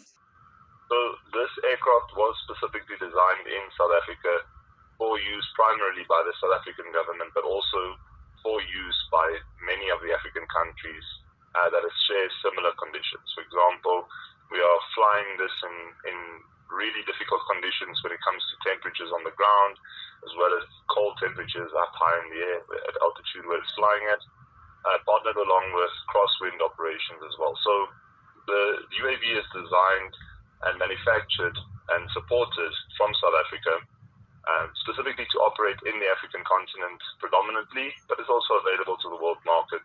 It is suited, specifically what you mentioned with regards to border or cross-border crimes or long-endurance surveillance operations. Essentially, Africa in general has quite a few porous borders shared between multiple different countries, and this makes it very difficult to send out troops with vehicles to patrol these long land borders using just vehicles and limited resources. Having a system like the Milcor 380, for example, would increase the coverage that you have, but also increase the mission endurance that you can perform, recognizing patterns and detecting illegal crossings that might happen between two countries. Is the vehicle in the market already, and who can use it? So yes, this product is in the market already. It's obviously confidential and to who the end users are at the moment, as we share confidentiality between government entities in which we supply.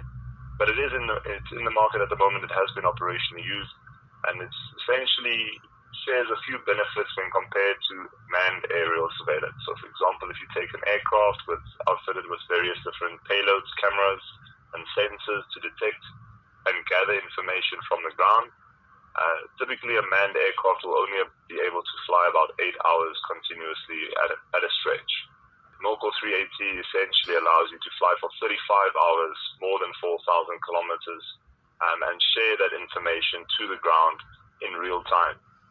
This allows you to make informed decisions and respond rapidly with the right and accurate information with limited resources that you might have available. So there are huge advantages to it. Also in the long run, some cost advantages in terms of operating the UAV. So for the African continent, it's a huge advantage, and we're seeing more and more of these type of technologies being used in commercial sectors.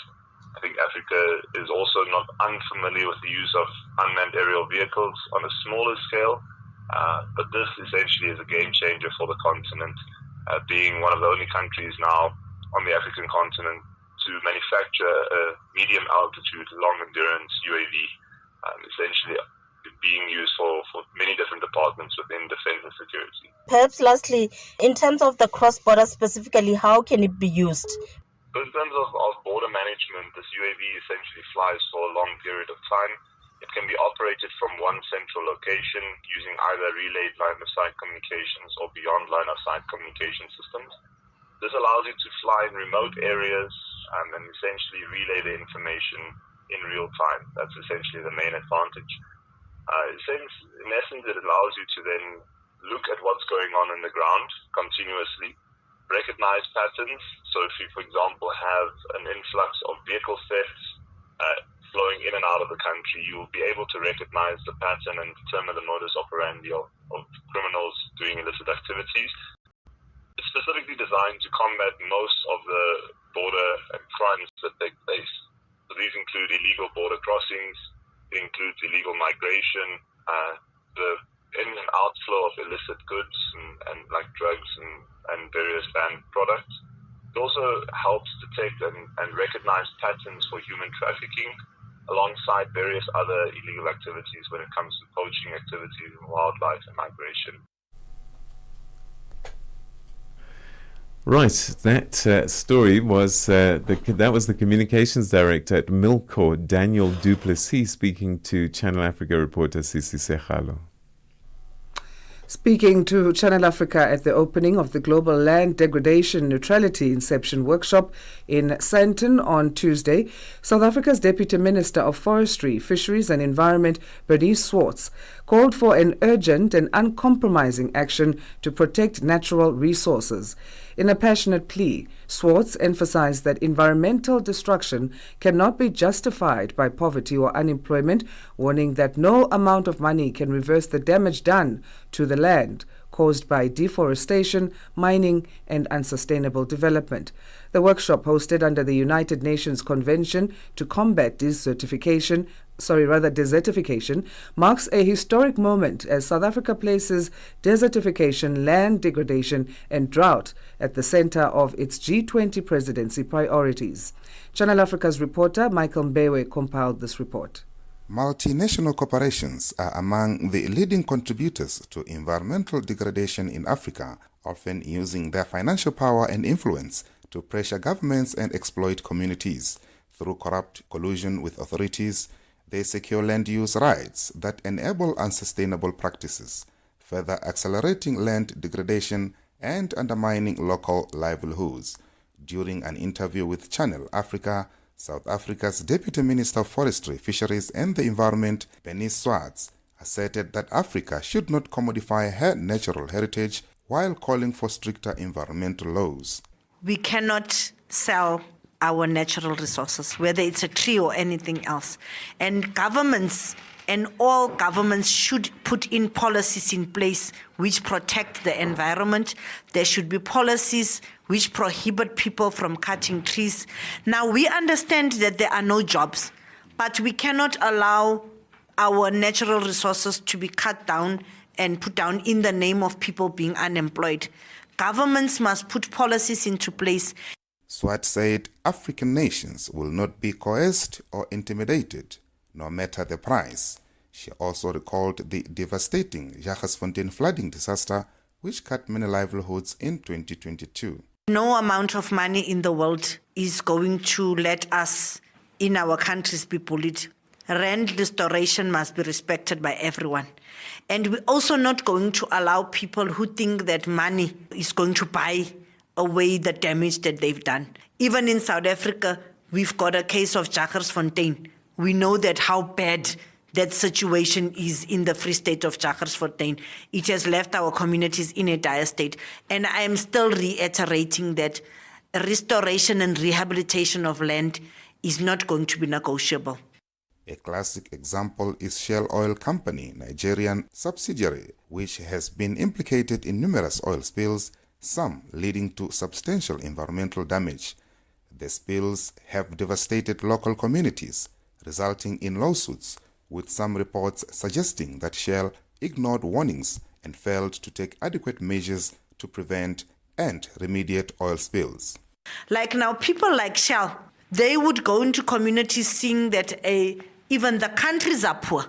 So they would come with their money. So in that time, we might have had leaders who might not have the information that countries have today, that climate change and its impact on the environment is real. It is a real thing, and that no money in the world can buy away floods, can buy away fires, can buy away drought. If that was the case, we would not be having volcanoes in countries that experience volcanoes, would not be having drought and floods. Even Dubai, with all its money it has in the world, would not be having floods. So it just shows that nature cannot be bought. With that being said, Deputy Minister Swart reaffirmed that Africans will not allow to be subjugated. So, and we are not going to be bullied by big companies, and it must come to a time where our policies must be able to say, we need the minerals, but no thank you if it's going to compromise our communities and if it's going to kill the land that we'll never be able to restore even in the next 50 years with all the money. Because in some of these cases is that when people think, you see, economists might think at that time that no, Shell is coming in here, it's creating jobs. You know the jobs issue, but we must now say if we are going to get 100 billion in jobs, we must first think about what is the damage. However, many countries in Africa, including a regional partner, rapid deforestation has reached at an unprecedented peak, contributing to catastrophic environmental damage. Because in Zimbabwe, the presentation that we got from the Zimbabwe delegates who were here is showing that people just cut down any tree. Now, even when it comes to people who are doing developments, even here in Johannesburg, we've got a problem that people will just see a nice bush and trees which are adding into the value system and ecosystem of the environment. And the next thing you see, board construction, selling, it's going to be done in some. We can't allow that because we need to preserve nature. Michael Mbewe, Channel Africa News, Johannesburg. It's Channel Africa's birthday month. Happy birthday! Celebrate Africa's voice with us. Catch us on SABC Plus, DSTV Audio Bouquet 802 and Satellite Channel PAS10. Hi there.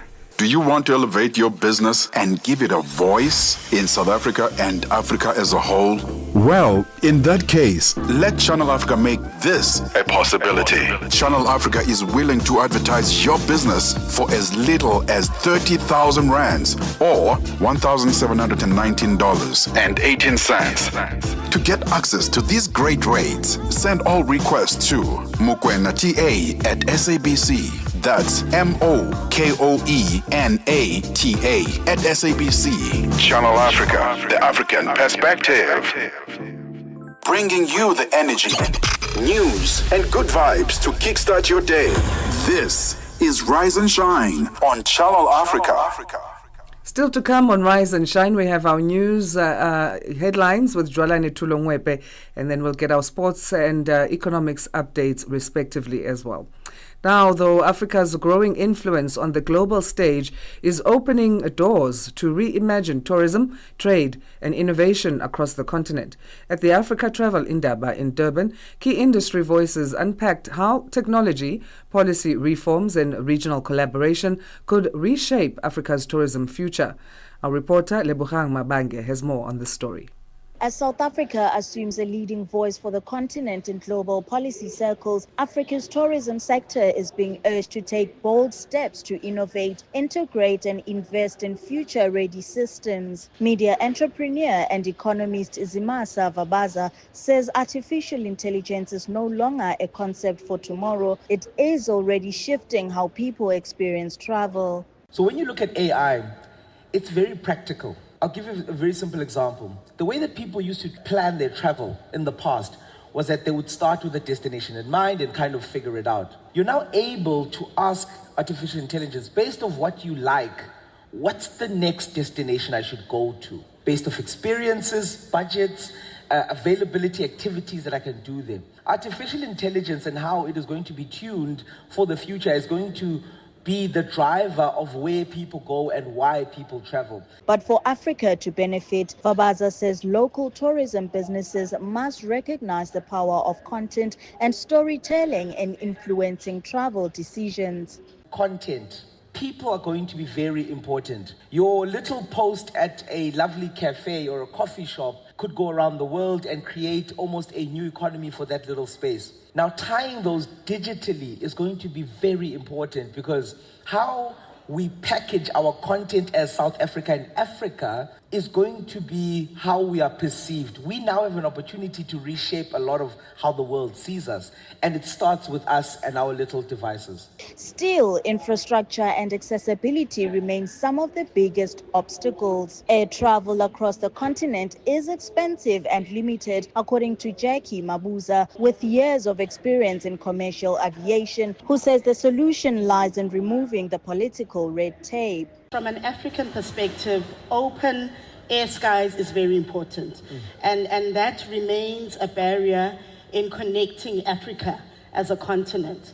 So once we can get over those political hurdles and we have open skies where we can travel seamlessly in the continent, then that will help tourism. Mabuza adds that while technology is empowering travelers to take control, the human connection still matters, especially in Africa. One of the important things is the evolution of digital. I think Africans are becoming more digital savvy, so meaning that they have more control of their travel plans, of their travel desires, of their travel packages. But that is still underpinned with the fact that Africans, South Africans, in fact Africans in general, still want that human touch, which is a great thing from a job creation perspective and an employment creation perspective. So what I've seen in the few portfolios that I've headed up is that people will still take control of their travel online, but they still want to verify certain things with the human. As Africa steps onto the global policy stage with a permanent seat at forums like the G20,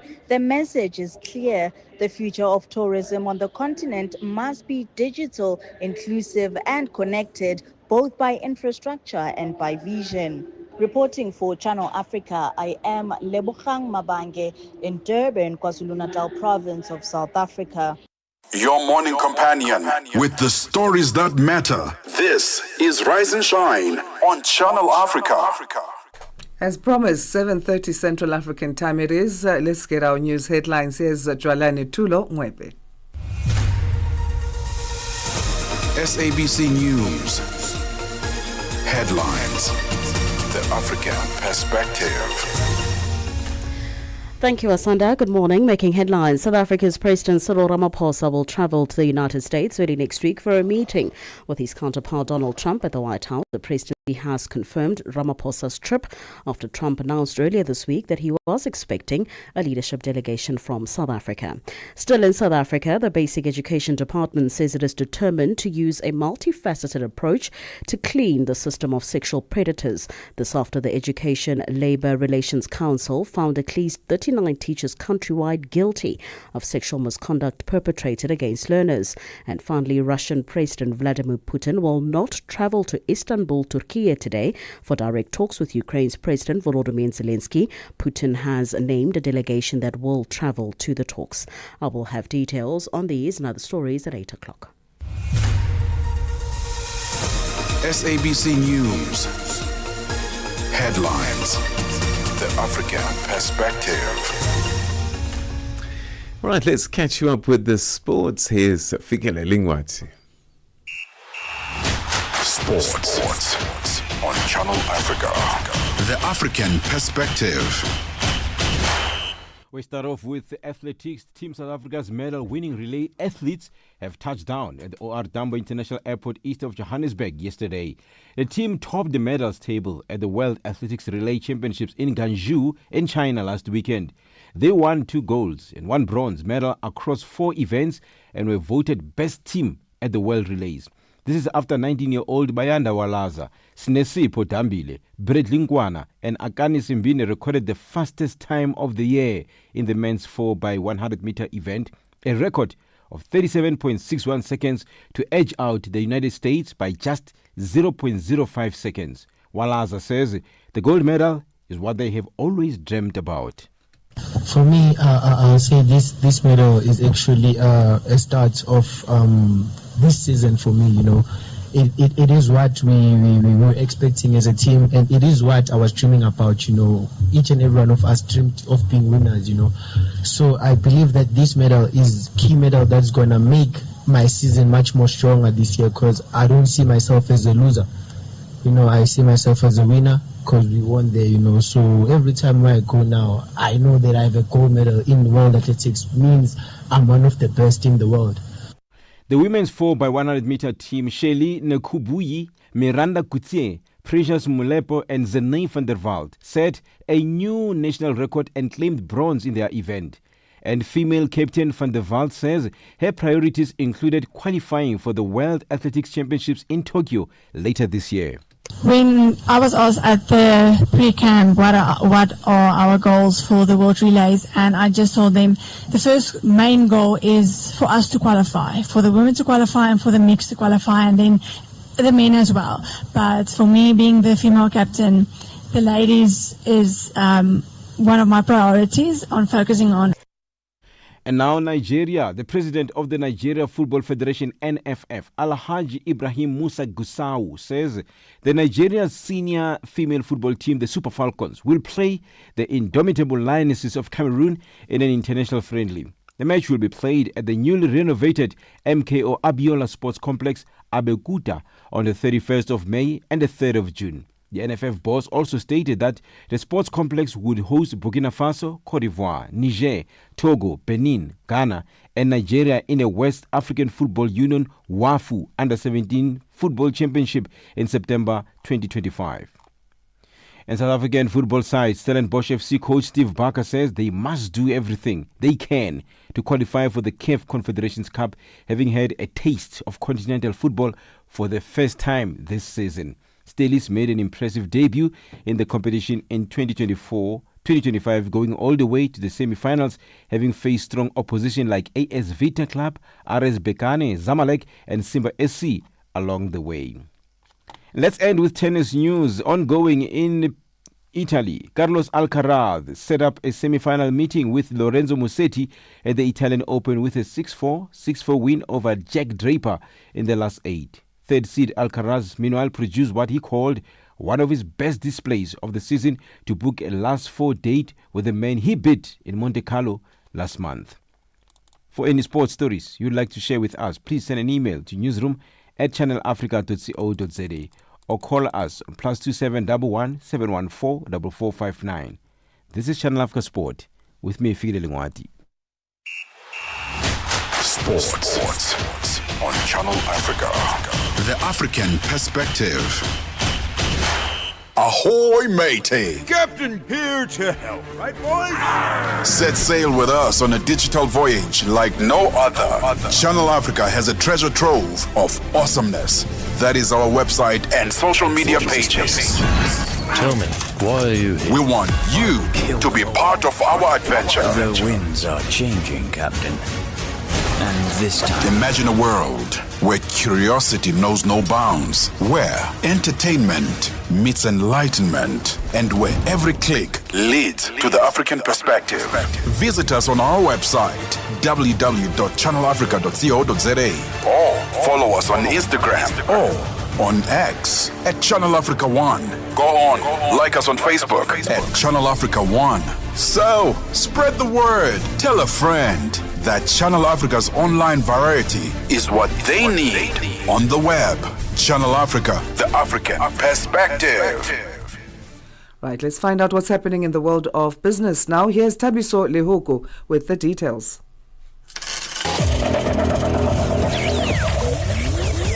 Business news on Channel Africa. The African perspective.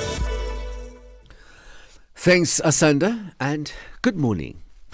Nigeria says it is discussing the exploration of its deepwater oil acreage with the Petrobras years after the Brazilian oil giant exited the West African nation.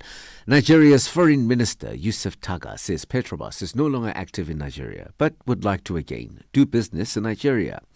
Brazil is due to host the BRICS summit and COP30 this year after hosting the G20 meeting last year. Nigeria plans to promote investment at these summits as the African nation seeks to deepen ties with Brazil in areas such as energy, health, culture, and agriculture.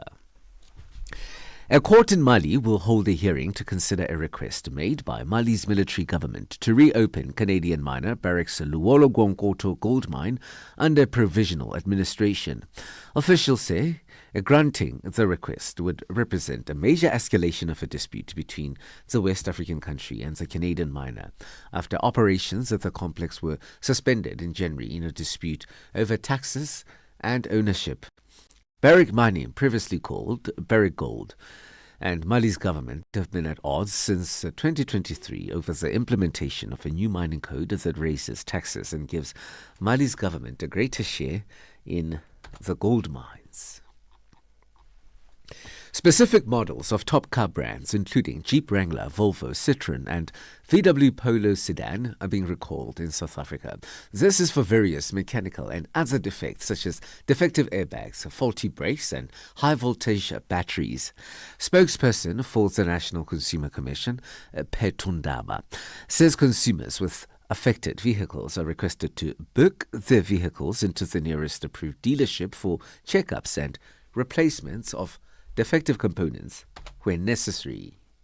Volvo South Africa is also recalling 27 Volvo XC90 models because of a potential issue with the high voltage battery. The last brand is the VW Polo sedan. They are recalling because of the rear seat belt latch plates. The South African Broadcasting Corporation has reiterated that a viable funding model is needed for the public broadcaster to generate its own revenue. The SABC updated the Standing Committee on Public Accounts on its audited outcomes and financial performance. CEO Nomsa Chabedi says the organization has not asked for another bailout to improve its financial sustainability. It made a loss of about $38 million for the 2023-2024 financial year. Chabedi explains. 7.3 billion over the MTF period of SABC public mandate costs are unfunded, meaning that that money has to come from our commercial activities, which makes it very, very difficult. So we are self-funding at the moment, and what this does really is that it's impacted our ability to reinvest in ourselves. Stocks have struggled for direction while the dollar stumbled as the euphoria from market tailwinds earlier in the week fizzled out, with the traders looking to U.S. data later in the day for further catalysts. U.S. Treasury yields were elevated and the benchmark 10-year yield rose to a one-month top, in part due to worries over President Donald Trump's budget package that would add trillions of dollars to the U.S. debt.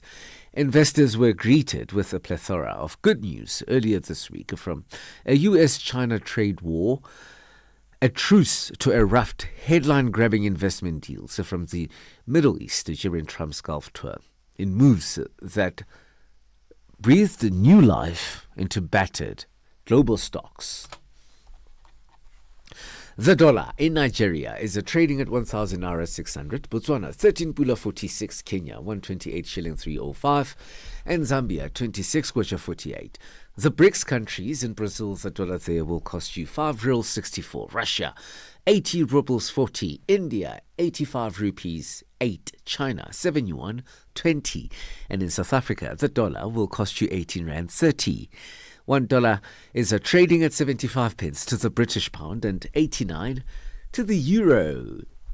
Gold is $3,153. Platinum $980 per ounce. Brent crude oil is at $64.49 a barrel. For Channel Africa Business in Johannesburg, I'm Thabisolo Hoko, and for any business stories you would like to share with us, please send an email to newsroom@channelafrica.co.za or call us on +27 11 714 4459.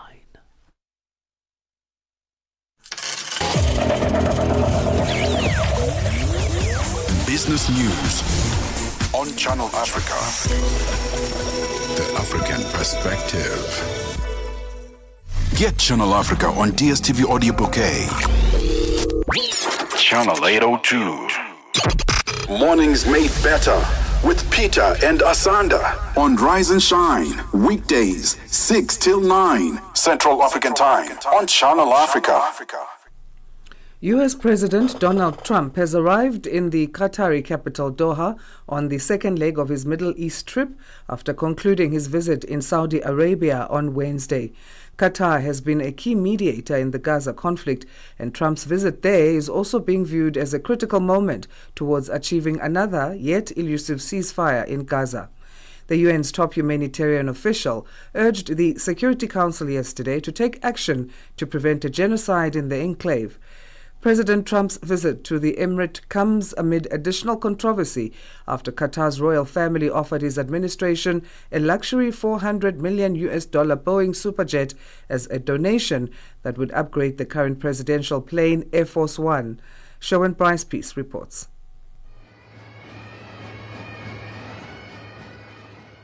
After receiving a lavish royal welcome by his hosts in Saudi Arabia, President Trump is now in the Qatari capital, where he's met with Emir Sheikh Tamim bin Hamad Al Thani, where hundreds of dollars of investments in the United States are due to be announced. Qatar is also currently hosting renewed ceasefire for hostage talks, while Israel intensifies its military offensive in the decimated enclave, with reports that more than 70 people had been killed in just the last 24 hours, and where Israel stands accused of imposing inhumane conditions on civilians amid a more than 70-day humanitarian blockade. Listen to the UN humanitarian chief Tom Fletcher in the Security Council Tuesday. The ICJ is considering whether a genocide is taking place in Gaza. It will weigh the testimony that we have shared, but it will be too late. Recognizing the urgency, the ICJ has indicated clear provisional measures that must be implemented now, yet they have not. So for those killed and those whose voices are silenced, what more evidence do you need now?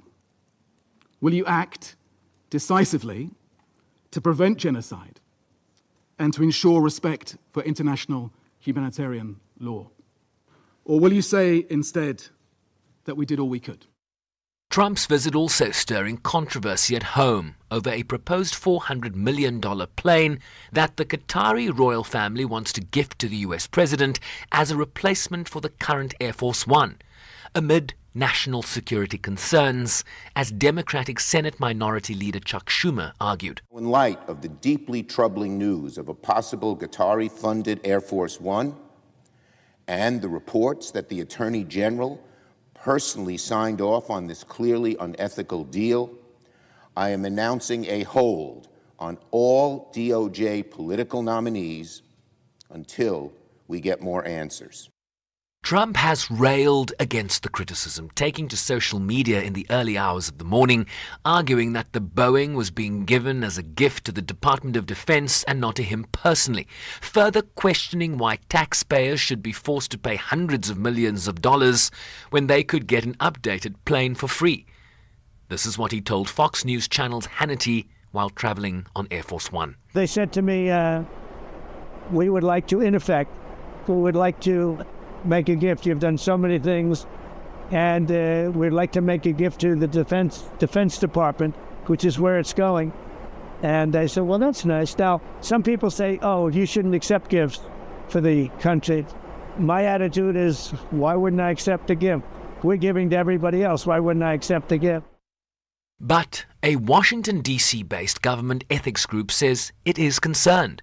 Noah Bookbinder is Executive Director of Citizens for Responsibility and Ethics in Washington. The real danger here is that this other country, Qatar, has given him this appears that it is going to be giving him this very valuable gift, this huge luxury airplane, and that when he makes decisions, whether it's about the Middle East, which is a very volatile region, or about trade deals, that rather than making those decisions based on this analysis of what's in the American people's interest, that he's going to remember that they gave him this great plane that he loves, and that could tip him to make a different decision than he would make otherwise. All this amid rampant speculation about possible peace talks between Ukraine's President Volodymyr Zelensky and Russia's President Vladimir Putin in Turkey on Thursday, which Trump said he might show up for, but without any confirmation as yet from the Kremlin on Putin's intentions. Orysia Lutsevich is with the Eurasia program at Chatham House. What this bilateral meeting could look like, Russians could present their demands, Ukraine may reject these demands, and this will be the end of it. There could also be a high-level meeting between Ukrainian president, the president of Turkey, and maybe Donald Trump, if he decides to stop in Istanbul. And they could discuss wider issues, security in the Black Sea. They could discuss perhaps common position on pushing Russia to actually agree to stop the war and take a negotiation process in earnest and in good faith. Amid rumblings that the US president is losing patience despite US efforts to end this war. Meanwhile, Trump's visit in Qatar and the region could also be catalytic towards a ceasefire in Gaza after a so-called goodwill gesture from Hamas earlier this week in the release of Israeli-American hostage Edan Alexander. Trump said in the Saudi capital Riyadh on Tuesday that more hostage releases would follow and that the people of Gaza deserved a better future, while Israel's Prime Minister Benjamin Netanyahu continues to signal that there would be no end to the war until Hamas was completely defeated. I'm Sherwin Bryce-Pease in New York. Hey there, this is Palisa Tau, part of the dynamic duo that gives you on the move right here on Channel Africa from 9 a.m. to 12 p.m. Central Africa time. Well, it's with your help for the past 2 years that we have been a multi-award winning show. Finally, yeah, we're keeping it on the move in 2025. And yes, I'm the other half of the duo, Benjamin Mushatama, and we're going to keep you going with the great conversations. Turn it up. Okay. On the Move comes back in 2025 to give you more of the content that made us a Maldo and to deliver that bold, boundary-pushing content that you love. And of course, giving you a ride through the 3 hours of news, views, and entertainment. Every weekday from 9 to midday Central African time, right here on Channel Africa. The African perspective. Cool. Let's go. Celebrate unity, progress, and pride. With Channel Africa, this Africa Month. Nowhere be like Africa, nowhere be like home. Africa, Listen in on SABC Plus, DSTV Audio Bouquet 802, and Satellite Channel PAS 10. Your morning companion with the stories that matter. This is Rise and Shine on Channel Africa.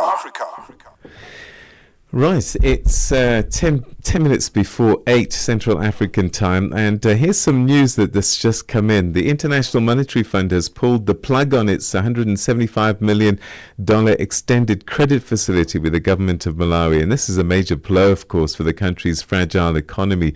The decision follows concerns over corruption and missed targets, with the IMF now saying it will wait until after Malawi's September elections to consider any new agreement. And this leaves the government without a key source of foreign currency support at a time when inflation is high, investor confidence is low, and ordinary Malawians are already feeling the pinch. Well, to help us understand what all of this means for the country's economic outlook, we're now joined by Chifi Mohango, who's the chief economist at the Don Consultancy Group. Thanks so much indeed for joining us. Always good to talk to you. Thank you very much, Peter, for having us, and morning to your listeners across the continent. All right, let's start with this. What was this IMF facility supposed to achieve, and how big a blow is it to have it terminated for Malawi's economy? Well, I think the IMF support of 175 million was negotiated last year to support the macroeconomic framework in Malawi with regard to management of the economy, stabilizing the external resources when it comes to revenue side, but also stabilizing the economy when it comes to the forex issues which the country has been facing. If you remember that, Malawi has been going through challenges of forex with regard to ability for the country to actually purchase the right commodities for which are necessary for the economy, such as fuel, fertilizer, and so forth. And those shocks obviously came in on the point of view that the country had no forex. But this support was more or less like trying to stabilize that environment. But now with this new, the plug being pulled off, obviously it points to a damning picture for Malawi in the next 3 months. So the IMF is pointing towards corruption and missing targets as being part of the problem. What exactly went wrong? Were some of these funds that they'd received in the past misdirected? Well, that has been a problem of Malawi economy in terms of the fiscal mismanagement. Some of us have been raising those warnings for the past 5 years in terms of how the economy has been managed on the fiscal front. The Malawi has been going through an excessive expenditure pattern on a monthly basis, and I think some of us have been raising those alarms to say, no, this is not the right way to manage the economy. And if you look at the way the expenditure was being done, it was more or less like on the reckless side of things, unproductive expenditure, salaries being increased, travel costs from the president right to the ministers and to all the government officials.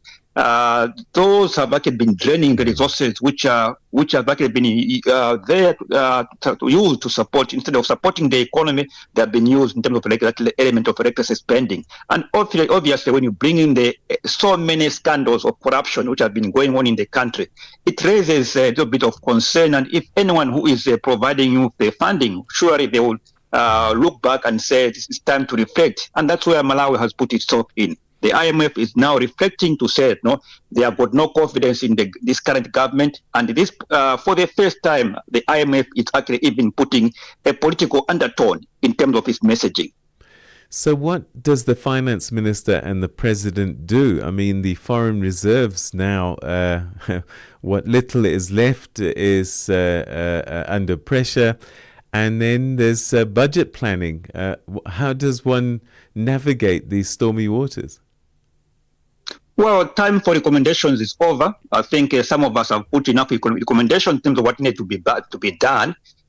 So the fact that the IMF has actually pulled out the plug, to some of us, I think in terms of how things have been managed, it's a right decision from the IMF. It's time for this government to reflect on its own and to say, what have they been doing? Have they been listening to the people when the messages that have been sent to them to say, look here, manage this thing? Personally, I've had direct contacts with the Minister of Finance in Malawi discussing on issues like this on a one-on-one basis. But it seems that that message has not been taken forward. So realistically, there was no space to play around apart from waiting to say, okay, now after the elections, they must pack and go. So what does this mean for things like inflation and the currency value? Well, it's a tough time for Malawi. What that means that there already a shortage of forex on the market will actually now even be much higher, which means that from the prices of goods point of view, we should expect that now food inflation will actually be rising. All the goods in Malawi now, in terms of prices wise, will actually be going up. So currently you are sitting at a country which is over 30% in terms of inflation. Expect that that figure will actually even be higher because of the fact that the country is a highly importing economy. So which means that from the access to the forex will actually be limited, and that means that the price of goods and services in Malawi will go up, and that means that going towards elections, obviously, that's not good news for the current government. But I think the message is very clear. IMF have said that they have lost confidence in terms of how this government is managing the economy. As you've said, there's a political undertone to what they're saying. Are they indirectly speaking to the Malawian public who are going to have to go to the polls to say, if you continue with this administration, we can't help you? And might this be good news for opposition parties? Well, it's definitely good news for the opposition party, but also the good news for the Malawians at large who have been complaining about the fiscal mismanagement of this government, from the presidency to all the way to these ministers and well to all some other civil servants in the high-ranking offices. So I think realistically it is a a message indirectly telling the people of Malawi that no, we cannot support you if this is the kind of government you're going to elect. That's a clear message there.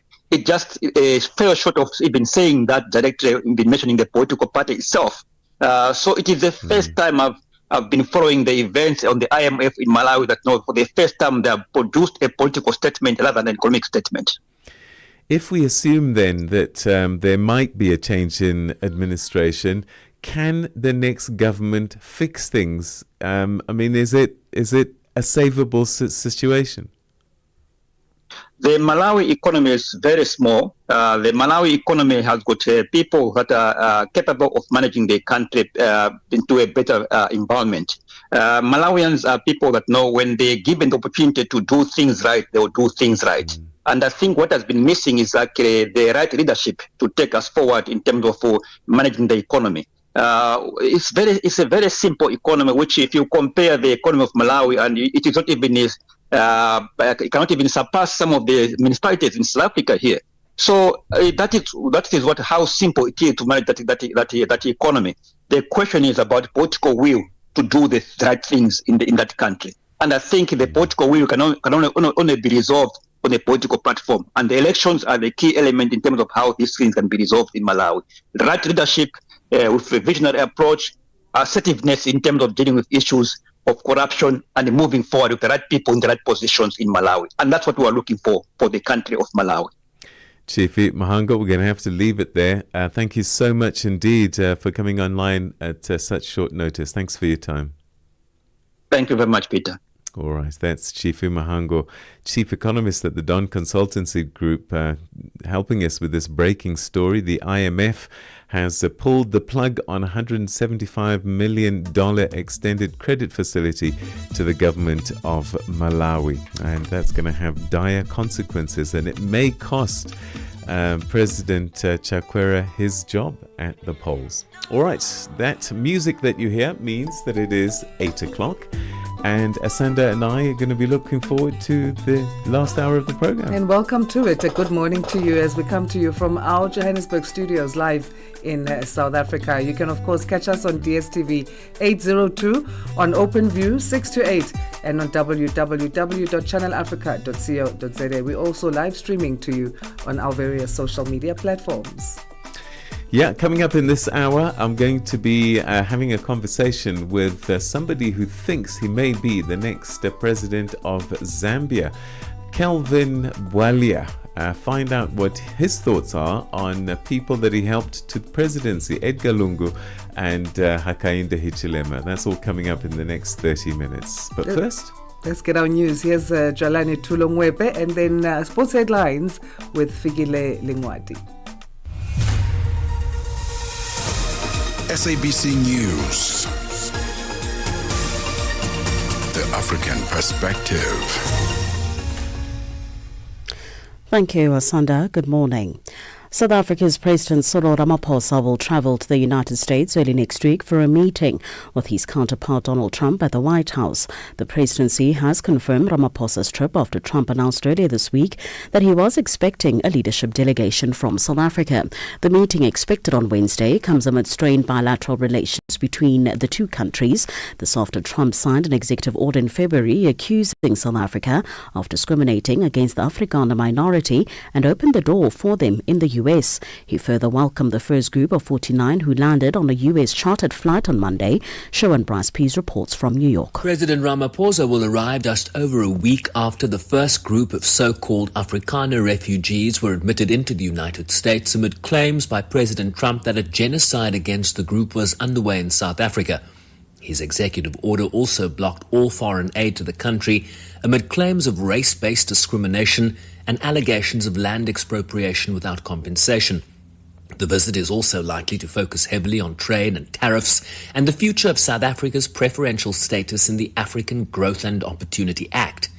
The presidency says the two leaders will discuss bilateral, regional and global issues of interest during a visit that provides a platform to reset the strategic relationship between the two countries.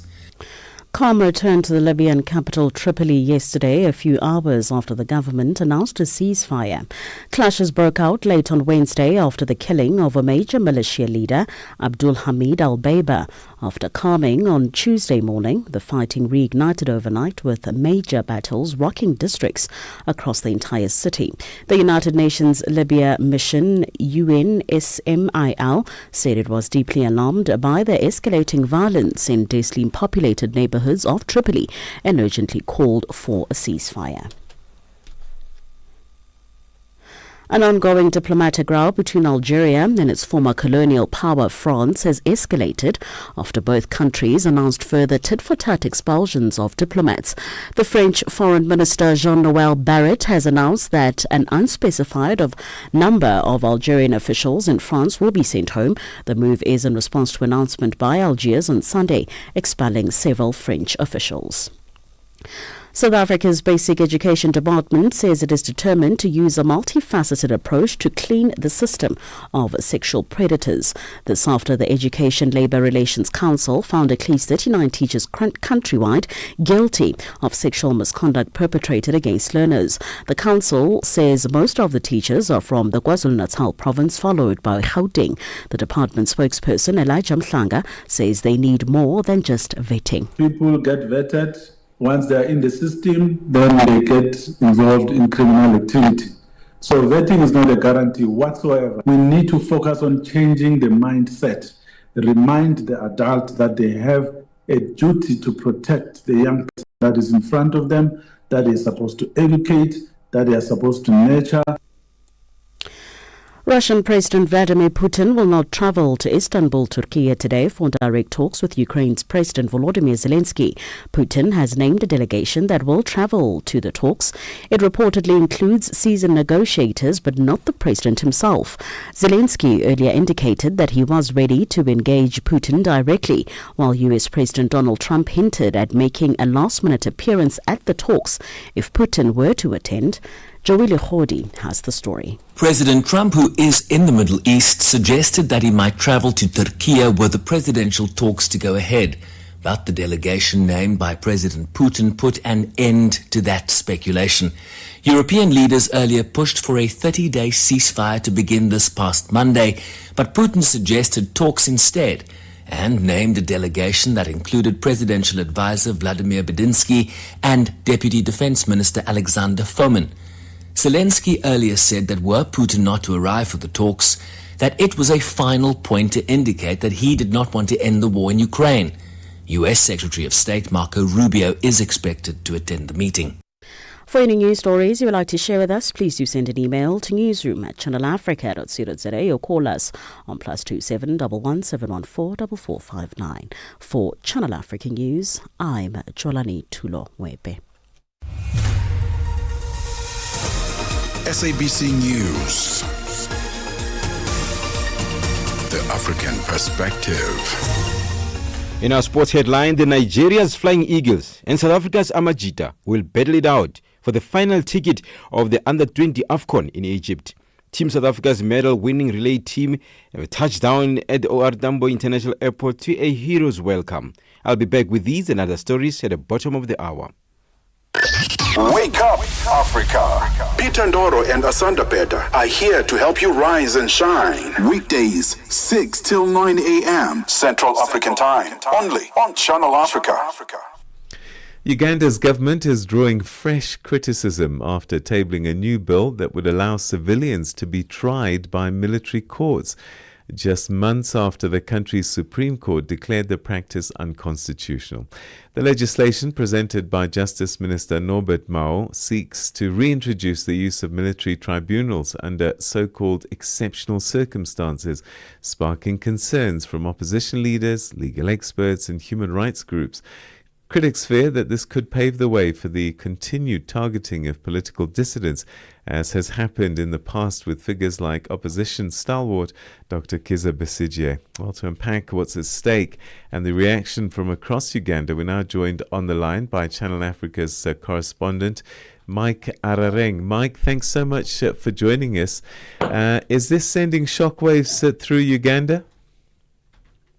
Of course, I can say yes, and the majority of Ugandans actually are against the use of the military tribunal. The Parliament of Uganda started debating the Uganda People's Defense Forces Amendment Bill 2025 with the new 42 clauses. There is a clause that has shocked so many Ugandans, which want black shoes to be reserved only for military use. And it's actually amazing because even most of the members of parliament who are actually debating that bill, most of them actually use black shoes. So we don't know what is really going to happen. Hang on, Mike, hang on. I'm a bit confused here, and I just want to be clear. Are you saying that men cannot and women cannot wear black shoes of any type, and that is reserved only for the military? Exactly, that is according to the clause, one of the clause in that bill. So we are still waiting to see actually what is going to take place. But some of the NRM government officials, they are saying that the NRM government is focused on maintaining peace and respecting human rights. The agenda of NRM government is to make sure there is stability and respect of human rights. But most of the Ugandans actually are against that bill. And actually, as I speak right now, some Ugandans actually today is the last day for them to submit their views about the bill. But according to what I've gathered is that most of the Ugandans are not happy with the military tribunal. They are saying that the civilian courts are able to tackle all the problems related to criminality and other issues. I suppose the issue is who controls the military courts, and do they act outside the greater judicial system? In other words, are they a law unto themselves? Yeah, according to the amendment, which is supposed to take place, is that the qualifications of all the members of the team, which is in the tribunal, all of them, they are supposed to be lawyers by profession, and but still the same. As you asked me about who is in charge, who is controlling the military tribunal, of course, it is the president, he himself being the commander of the Uganda People's Defense Forces. So the president is the one to actually to guide the chairman of the military tribunal, and mostly he's an army officer, is a high-ranking officer, right from colonel up to major general. So you find that he has to abide by the orders from above. So that is the mainly problem which is affecting the tribunal. So people are not happy. They are saying that no, it's a high time the civilian courts should be the one in charge. Help me understand. Parliament can change a law. Are they at the same time trying to change the Constitution? Because the Constitution is the supreme document, and the law can never be in contradiction to the Constitution. Well, as you said rightly, is that the Constitution is above, and before any amendments, the Constitution must be amended first, then this bill can be worked on. But at the moment, the members of parliament actually have started debating, and I think they are against the constitution law, because according to the constitution, it was supposed first of all to be the constitution to be amended before this bill is passed on. All right, Mike, we're going to have to leave it there. Thank you so much indeed for bringing us up to speed with this. I can't even say anything else rather than controversial bill. Thanks so much for your time. Thank you very much, mother, as a brother from another mother. Asante. All right, that's Mike Arareng. Asanda, I have to talk to you about this. Mhm. Can you imagine a law that says you're not allowed to wear black shoes? Only soldiers are allowed to. I can't. I can't imagine. What is happening to our continent? I am dumbfounded. I have no words. What are your thoughts? Please message us. What do you think about Uganda trying to push through a law that bans people from wearing black shoes? I'd have to walk bare feet. I only have black shoes. I don't know how we'd all be dressed. My goodness gracious. So we're walking around in white sneakers. What's happening? How do you dress formally in anything other than a black shoe? Leader, I don't know. It's bizarre. Yeah. Your morning companion with the stories that matter. This is Rise and Shine on Channel Africa. Now, Zambia goes to the elections next year, and already opposition parties are working hard to find a way to unseat the current head of state, Hakainde Hichilema. Now, one person who knows Hichilema well and helped him actually get elected in 2021 is one of Zambia's most prominent and outspoken political voices, and that's Kelvin Fube Bwalia, widely known as KBF. He's a lawyer, a political strategist, and a presidential aspirant. Yeah. Once a senior figure in the Patriotic Front, he has since distanced himself from that party and joined the Tonsi Alliance, declaring himself ready to serve under a broader coalition for change.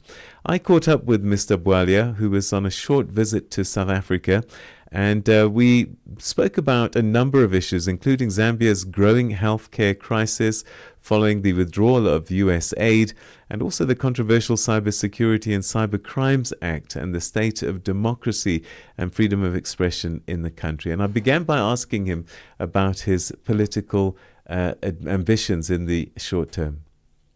A question that's probably on a lot of people's minds right now is, are you the next president of Zambia? Well, I'd like to be the next president of Zambia, and I hope I will be the next president of Zambia. So earlier this year, you said that you've joined the Tonse Alliance and that you are willing to be led. Reconcile what you've just told me and that statement you made earlier in the year.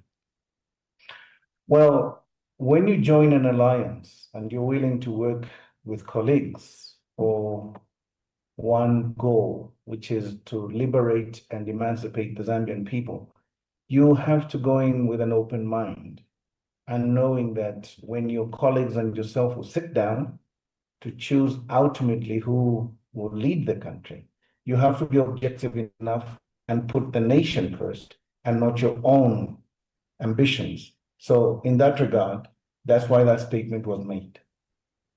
Help me understand. I'm reading a lot of literature that's saying that former President Edgar Lungu is the head of this alliance at this stage. Is that true? Yes, it is. The former president initially had resigned from active politics, but then his family, himself, business associates, former political colleagues in the PF government began to get harassed and get to go to prison. Some of them were being prosecuted. Others have been convicted, and he realized that there was a bit of confusion within the Patriotic Front, and he decided to come back to active politics so that he could basically protect the lifespan of Patriotic Front and also help the nation guide itself and have new leadership come in. So he's basically back in politics to help sustain democracy and indeed to protect his own family because of the harassment and the prosecution that the UPND is making the wife, the daughter, the son, and I think the other younger daughter who's a lawyer going through right now. Yeah. Let me then also ask this question, because again, for the outsider looking in, it might look as a contradiction. You were with the Patriotic Front, you left, right. You pretty much ensured Hakainde Hichilema's victory in the last election, and now it seems as if you're back in bed with the Patriotic Front. Walk us through that. Well, it may look like a contradiction, but it is not. And just to correct a few things there that you've said, I did not leave the Patriotic Front. I was basically expelled from the Patriotic Front. I was expelled from Patriotic Front because we sort of disagreed on whether or not the former president could run another term of office. And as it stands now, the Concourt, which is the Constitutional Court of Zambia, has basically decided that he is not eligible to run. I think in politics, sometimes you can differ, it's allowed, and sometimes you can reconcile for the mutual benefit of the country. I have always been one to look at what is good for Zambia. And in this particular instance, the UPND has lamentably failed to deliver on its promises. And that is why we are now coming back together to ensure that we have a consolidated alliance to win the next elections. Talk to me a little bit about Hakainde Chilema's administration. When you endorsed him and helped him to victory, there were things that you had hoped to see. Clearly, that hasn't played out. What's been the failing of the current administration that you have a compelling urge to make sure that things change? Thank you for that very important question. Initially, we had 4 pillars on which we agreed with the current president. One, we intended to unite the country because at the time we felt the country had been polarized on tribal lines and political lines. Second, we wanted to bring back the rule of law. We agreed on that. We wanted to ensure good governance for our people. We had also agreed that we're going to run a meritorious government. These were the 4 pillars on which we agreed we are going to have structured his government as the UPND government. Obviously, the country is more divided now. It is very clear there are tribal elements, there are regionalisms, and too many isms have come back. The issue with the rule of law, again, too many laws are being enacted. At law, we call this lawfare rather. And it's one of those things where you try to do what you want to do legally, but you know it's not sitting well with the people. Third, good governance has been thrown out the window. I mean, we've seen that the UPND cadres are coming back, violence is coming back, and the government itself is trying to rape the constitution by so many changes that it's proposing. And lastly, the meritorious kind of government we had envisaged is not there because now appointments are more tribal and more to do with association with the president or his party. So it's not about you being a Zambian who's qualified. It's about who do you know, where do you come from? Now, on the 4 pillars, I think my friend, the president, has scored a terrible 0.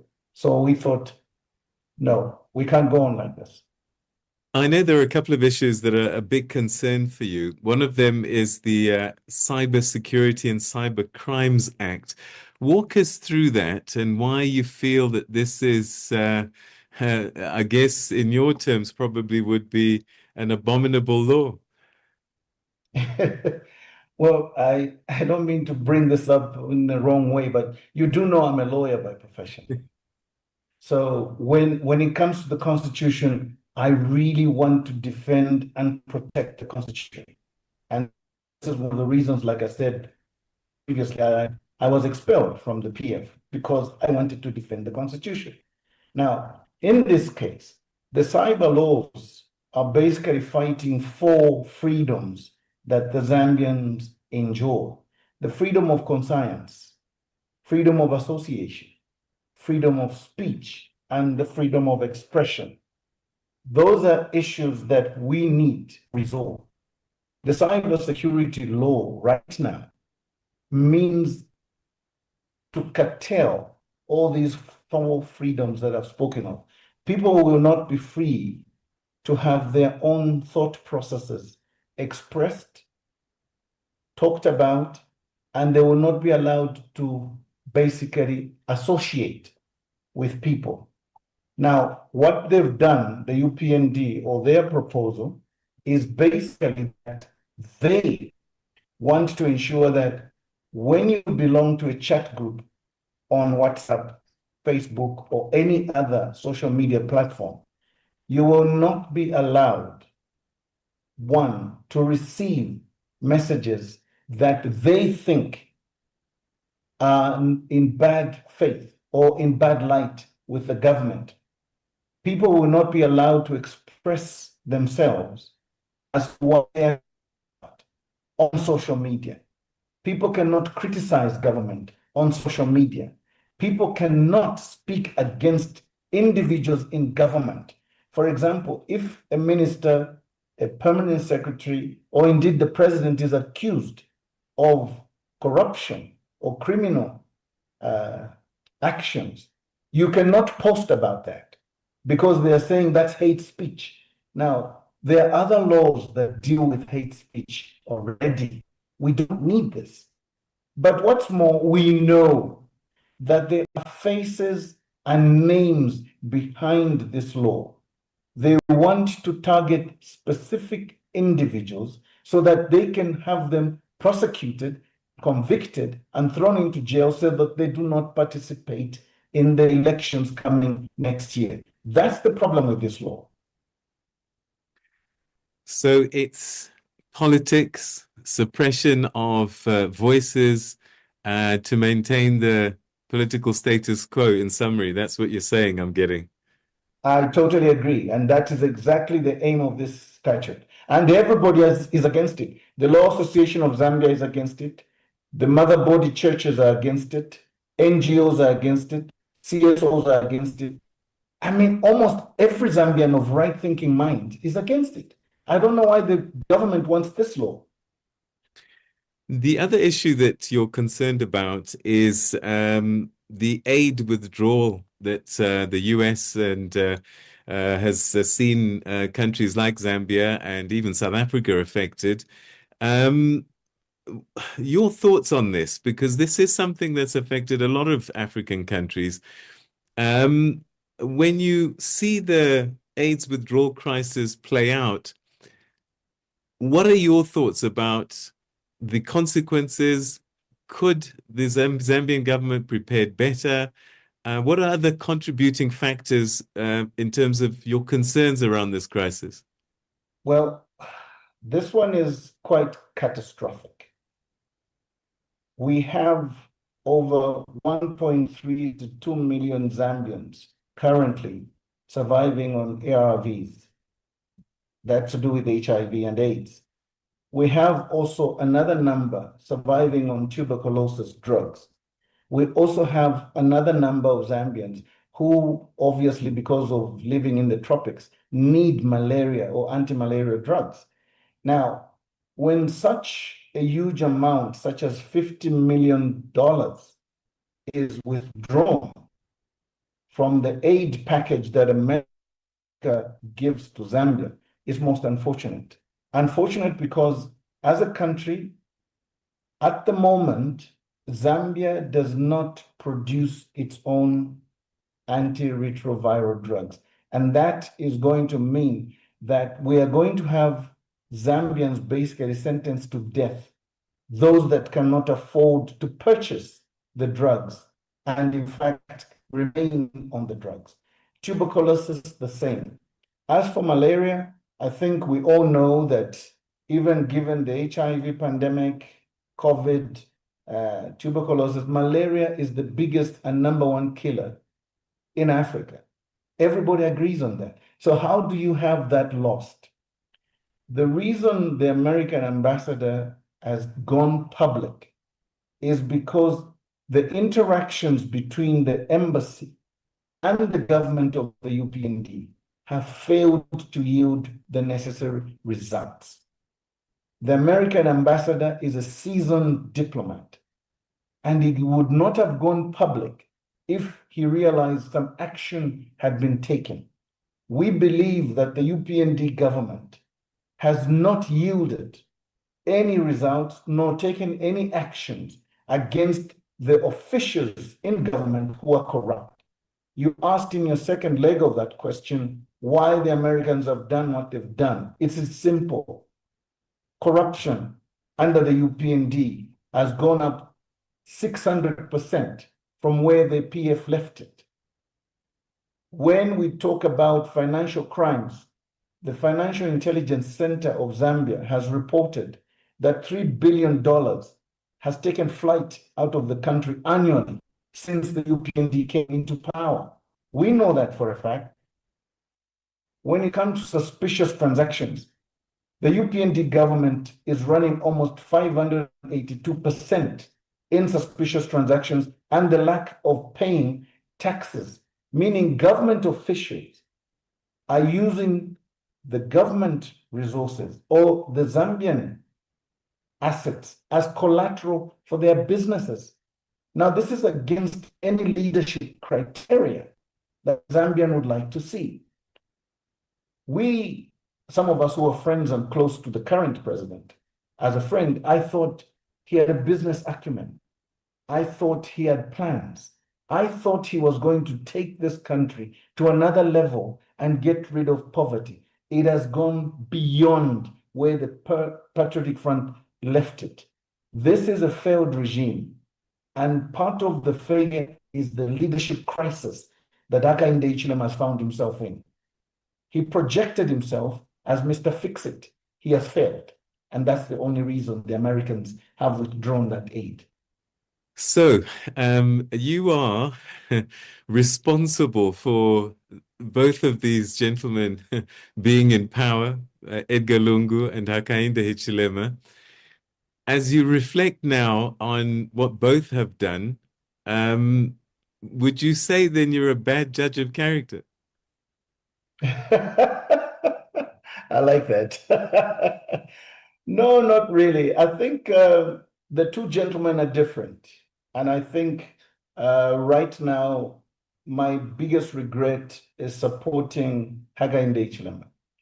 For Dr. Edgar Lungu, our former president, one would have thought he took over the reins after the death of President Sata. And he was just carrying on what basically Sata wanted to do. He didn't have his own vision per se, but he was carrying on someone else's vision. For Hakainde Hichilema, on the other hand, he was in opposition for 23 years. Put that as a mark. He should have studied at least all the presidents of the country. And he should have come up with better ideas. I mean, people may not know this, but I entered university same day as Hakainde Hichilema. We graduated same day. We are in a circle of friends. We're together as friends. We know each other. So I thought, okay, he's a peer. He might have the ideas and we should support him. Lo and behold, look at me now. Egg is on my face. That I regret. Can people trust you with their vote? Well, the goodness about it is I stand alone now as a president of a political party. My vision is written down very clearly in 2 clear books. I have been speaking to the Zambians, and people know that when it comes to principle, no means no for me. And a handshake saying, yes, we shall work together means a handshake. So if I promise, I intend to keep my promise. So I think the Zambian people can trust me on that. So that's a Zambian presidential aspirant, Kelvin Bwalia, speaking to me on a very short trip in South Africa. He's going to be back in Zambia today. And we'll wait to see what happens at the next elections. But there's a lot of discontent in the country with the way that President Hichilema, who had so much promise at the beginning, but sadly people seem to have lost a little bit of hope in his administration. It's time for E-News headlines. Here's Joalane Tulongwepe. SABC News headlines. The African perspective.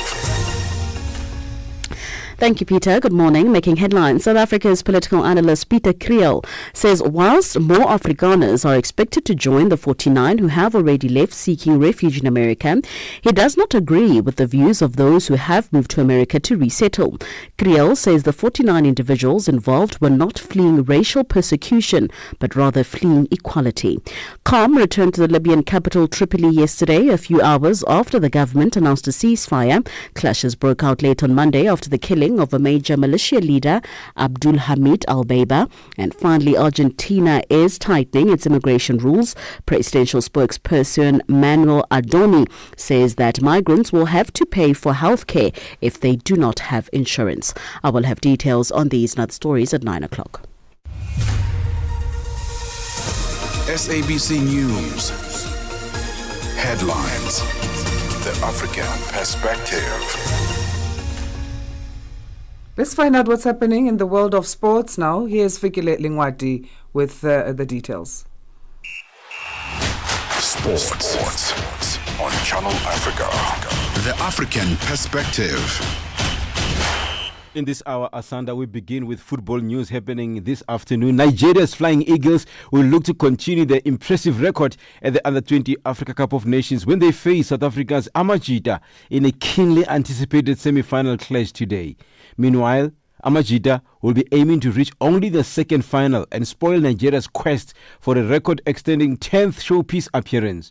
The kickoff is scheduled for 4 p.m. Central African time at the Suez Canal Stadium in Ismailia. Nigeria will enter the tie as favourites, backed by a richer pedigree and superior tournament history. The 7-time champions have reached the semi-finals for the 9th time in a row in editions they have qualified for, and today's tie will be their record-extending 17th appearance at this stage of the competition. The Flying Eagles, who are aiming for a record-extending 10th final appearance, will need to be at their best to overcome South African side unbeaten in the last 4 matches. And the president of the Nigeria Football Federation, NFF, Alhaji Ibrahim Musa Gusau, says the Nigeria senior female football team, the Super Falcons, will play the indomitable Lionesses of Cameroon in an international friendly. The match will be played at the newly renovated MKO Abiola Sports Complex, Abeokuta, on the 31st of May and the 3rd of June. The NFF boss also stated that the sports complex would host Burkina Faso, Cote d'Ivoire, Niger, Togo, Benin, Ghana, and Nigeria in a West African Football Union WAFU Under-17 Championship in September 2025. And Team South Africa's medals-winning relay athletes have touched down at the OR Tambo International Airport east of Johannesburg yesterday. The team topped the medals table at the World Athletics Relay Championship in Guangzhou, China last weekend. They won 2 golds and 1 bronze medal across 4 events and were voted best team at the World Relays. This is after 19-year-old Bayanda Walaza, Snesipo Tambile, Bredlin Nkwana and Agane Simbine recorded the fastest time of the year in the men's 4x100-meter event, a record of 37.61 seconds to edge out the United States by just 0.05 seconds. Walaza says the gold medal is what they have always dreamt about. For me, I'll say this medal is actually a start of this season for me, you know. It is what we were expecting as a team, and it is what I was dreaming about, you know. Each and every one of us dreamed of being winners, you know. So I believe that this medal is key medal that's going to make my season much more stronger this year, because I don't see myself as a loser. You know, I see myself as a winner because we won there, you know. So every time where I go now, I know that I have a gold medal in world athletics, means I'm one of the best in the world. The women's 4x100 meters team, Shelly Nekubuyi, Miranda Kutsie, Precious Molepo, and Zene van der Waal set a new national record and claimed bronze in their event. And van der Waal says her priorities included qualifying for the World Athletics Championship in Tokyo later this year.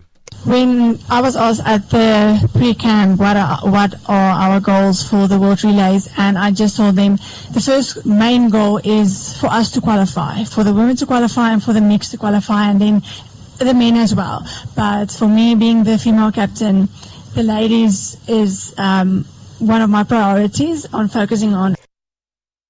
For any sports stories you'd like to share with us, please send an email to newsroom@channelafrica.co.za or call us on +2711 714 4459. This is Channel Africa Sport with me, Fidel Nwadi. Sports on Channel Africa. The African Perspective.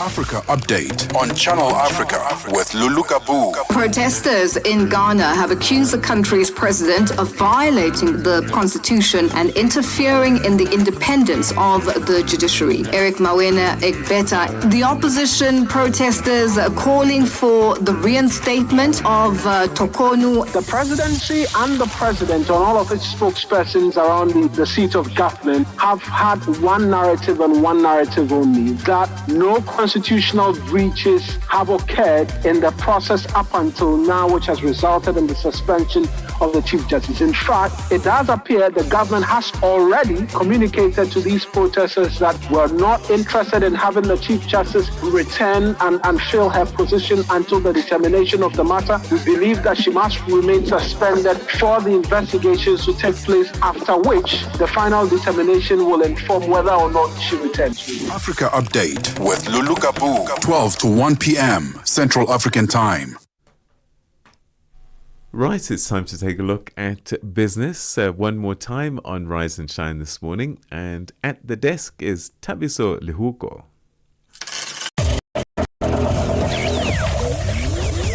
Business news on Channel Africa. The African Perspective. A very good morning. Debt Busters, the debt index for the first quarter of this year, shows that more South Africans are relying on personal loans to survive as the cost of living escalates. According to the index, a third of South Africans are struggling to repay their debt.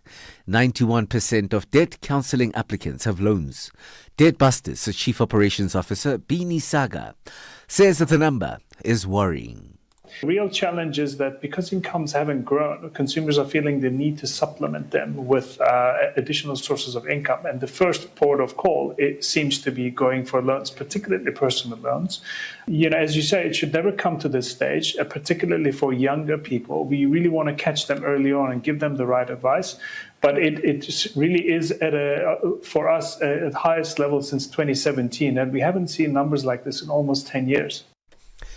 The Africa Digital Inclusion Alliance, a Pan-African-driven organization, is aiming to address the digital divide with an upcoming online event.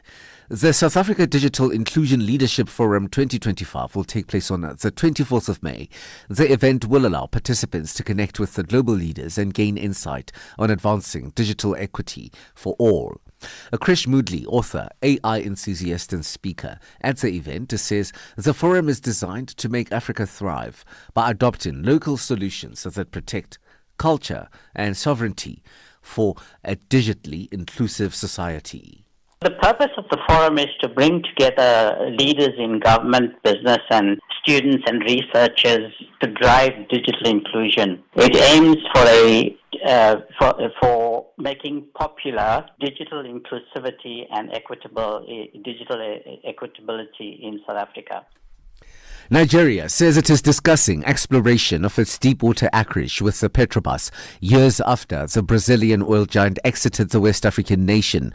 Nigeria's Foreign Minister Yusuf Taga says Petrobras is no longer active in Nigeria but would like to again do business there. Brazil is due to host the BRICS Summit and COP30 this year after hosting G20 meeting last year. Nigeria plans to promote investment at these summits as the African nation seeks to deepen ties with Brazil in areas such as energy, health, culture and agriculture. A court in Mali will hold a hearing to consider a request made by Mali's military government to reopen Canadian miner Barrick's Luolo-Guankoto gold mine under provisional administration. Officials say granting the request would represent a major escalation of a dispute between the West African country and the Canadian miner after operations at the complex were suspended in January in a dispute over taxes and ownership. Barrick Mining, previously called Barrick Gold, the Mali's government have been at odds since 2023 over the implementation of a new mining code that raises taxes and gives Mali's government a greater share in the gold mines. The dollar weakened in a turbulent week headlined by a US-China tariff truce, while speculation that Washington is seeking a weaker dollar as part of some of the trade deals has spurred growth and further gains in the South Korean won. The Asian currency was volatile again as investors weighed the news that officials from South Korea and the US met last week to discuss the dollar-won exchange rate. That spurred speculation that Washington wanted a weaker dollar to be part of trade talks with Asian countries. $1 in Nigeria is trading at 1,000 naira 600, Botswana 13 pula 46, Kenya 128 shilling 305, and Zambia 26 kwacha 48. The BRICS countries in Brazil, the dollar there will cost you 5 ruble 64, Russia 80 rubles 40, India 85 rupees 8, China 7 yuan 20, and in South Africa the dollar will cost you 18 rand 30.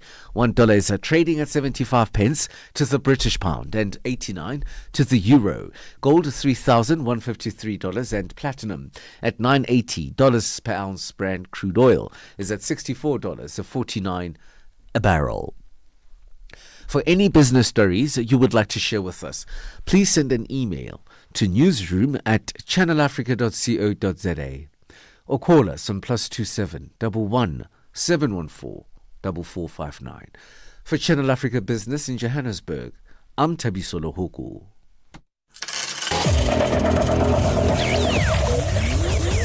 Business news on Channel Africa. The African perspective. Call us on +27 63 406 9126. I can see my whole world changing.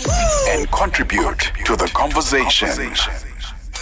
Hey there, this is Balisa Tau, part of the dynamic duo that gives you on the move right here on Channel Africa from 9 a.m. to 12 p.m. Central Africa time. Well, it's with your help for the past 2 years that we have been a multi-award winning show. Finally, yeah, we're keeping it on the move in 2025. And yes, I'm the other half of the duo, Benjamin Mushatama, and we're going to keep you going with the great conversations. Turn it up.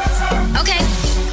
On the Move comes back in 2025 to give you more of the content that made us a Maldo and to deliver that bold, boundary-pushing content that you love. And of course, giving you a ride through the 3 hours of news, views, and entertainment. Every weekday from 9 to midday Central African time, right here on Channel Africa. The African perspective. Cool. Let's go. A fresh morning, a fresh perspective. Stay tuned to Rise and Shine on Channel Africa. With about 15 minutes to go before the top of the hour, and we say goodbye for Thursday on Rise and Shine. Let's take a look at this story now. Does air pollution-derived nitrogen improve the ocean's ability to remove greenhouse gases from the atmosphere, or does it create an even worse situation? That's the question. These are some of the questions in the global response to climate change. Dr. Katia Altieri, winner of the Oppenheimer Memorial Trust's New Frontiers Research Award for 2025, seeks to uncover. Dr. Altieri, an associate professor in oceanography at the University of Cape Town in South Africa, was announced as the winner of the award at a function in Johannesburg. The prize is worth over $410,000. She spoke to Channel Africa's Nhlanhla Mahlangu. I'm really excited about the opportunity to have the long-term nature of this award and to work with the team of women I've assembled in this award. It's a really unique opportunity to do both atmospheric science, oceanography, to do observations in the atmosphere and the ocean, and then to also work with numerical modelers across the ocean and atmosphere. Because so often we just work in our own little universe, we stay in our little silos, and now we can come together and do something much more larger in terms of spatial scale, time scale, but also larger in terms of our scientific understanding of how the world works. So what exactly will you be researching? So we're researching how air pollution, and particularly how nitrogen in air pollution, is potentially impacting the ocean. So when air flows from our polluted cities out to the ocean, it has an impact on the plants and bacteria that live in the ocean. And what happens is it impacts on greenhouse gases. And so it's a connection between our air quality or our air pollution here on land and how the ocean is taking greenhouse gases out of the atmosphere or putting more greenhouse gases back in the atmosphere. We don't actually know what the balance is. And so this project will help us understand that and really try to explore those connections, which is very rarely done. And why the interest in nitrogen specifically? Yeah, so nitrogen is a something that happens anytime there's fossil fuel combustion. So anytime a car drives, anytime we generate electricity, any industrial activity, nitrogen comes out into the atmosphere as part of that.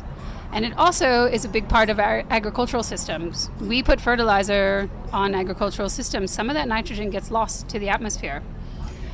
And nitrogen is, if any of you are gardeners or enthusiasts, know that it's a fertilizer. And the plants in the ocean take this pollution and they use it to grow. And so that's why nitrogen is such a particular species of interest, because it's a pollutant, it's a harmful byproduct of human activities, but yet at the same time, it acts as a fertilizer for plants in the ocean, helping them grow and things. So it's a really dynamic species to study. And it's the reason that we see these links between air pollution and climate is because nitrogen acts in these different ways in different systems. Let's talk air pollution and climate change. Just how much of an impact does it have on South Africa? Air pollution is a serious issue in South Africa. It leads to significant impacts on human health, partially because we have such high levels of pollution, but also because our population is susceptible with high levels of TB and HIV. And so air pollution leads to increased instances of asthma in children, leads to premature mortality, and it makes worse 9 of the top 20 premature mortalities that we have in South Africa. So of the top 20 ways that people pass on in South Africa, almost half of them are negatively impacted by air pollution. Our work has estimated that up to 4.5% of South Africa's GDP is the equivalent cost of the damages of air pollution in South Africa in any given year. So it's huge. And then we have the double threat of climate change. So South Africa, in a warming world that we have now, is going to get hotter. Our heat waves are going to get more intense. They're going to get more often. Our droughts are going to be more intense, and we're going to have droughts more often. Except for the reason in KZN, where already we're seeing the increased intensity in rainfall and floods that are happening in that particular region. But the rest of South Africa will get drier and hotter over time, and this has harmful impacts on people, on crops, on livestock, on tourism. It's devastating.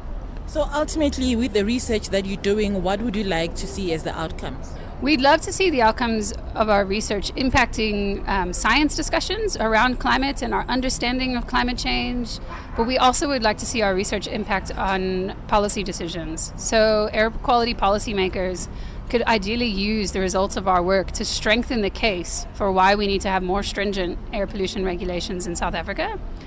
And our climate policymakers would be able to use this as evidence of the importance of reducing greenhouse gas emissions and improving our understanding of how the Earth system works with respect to greenhouse gas emissions and cycling. Do you have time frames of how long this research is going to take?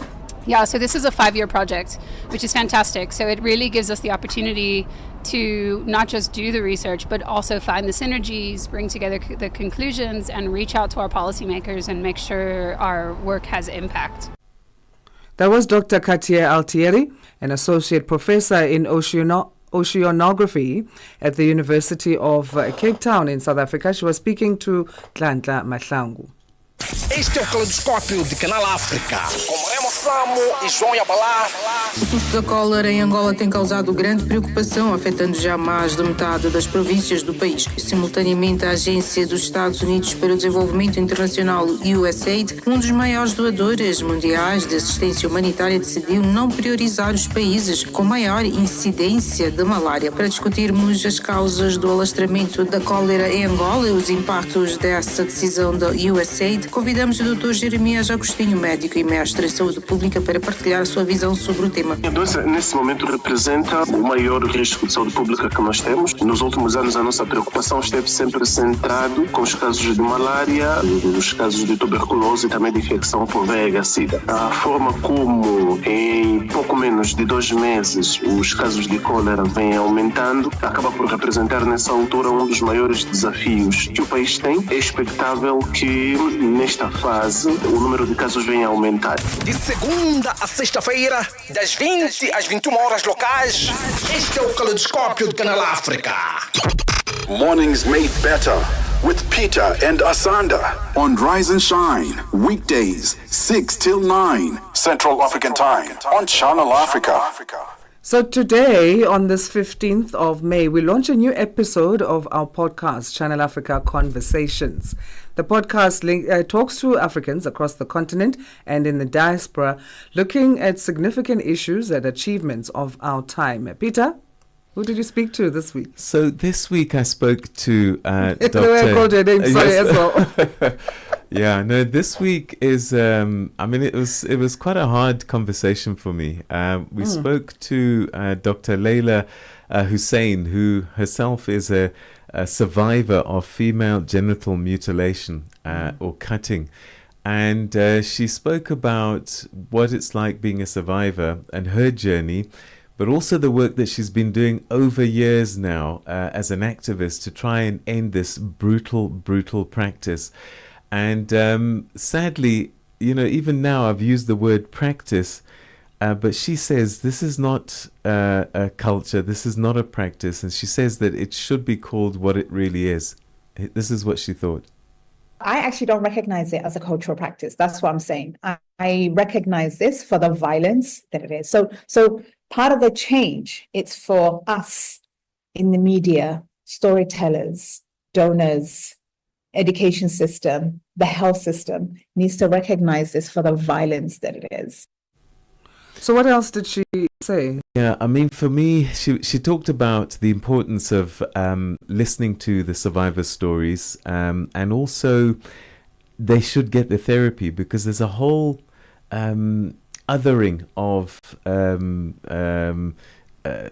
female genital mutilation and the mental therapy that's required for it. And she does a lot of work in that arena. But for me, what was most frightening were the statistics. And she mentioned something like every 12 minutes, a girl is dying due to complications of female genital mutilation.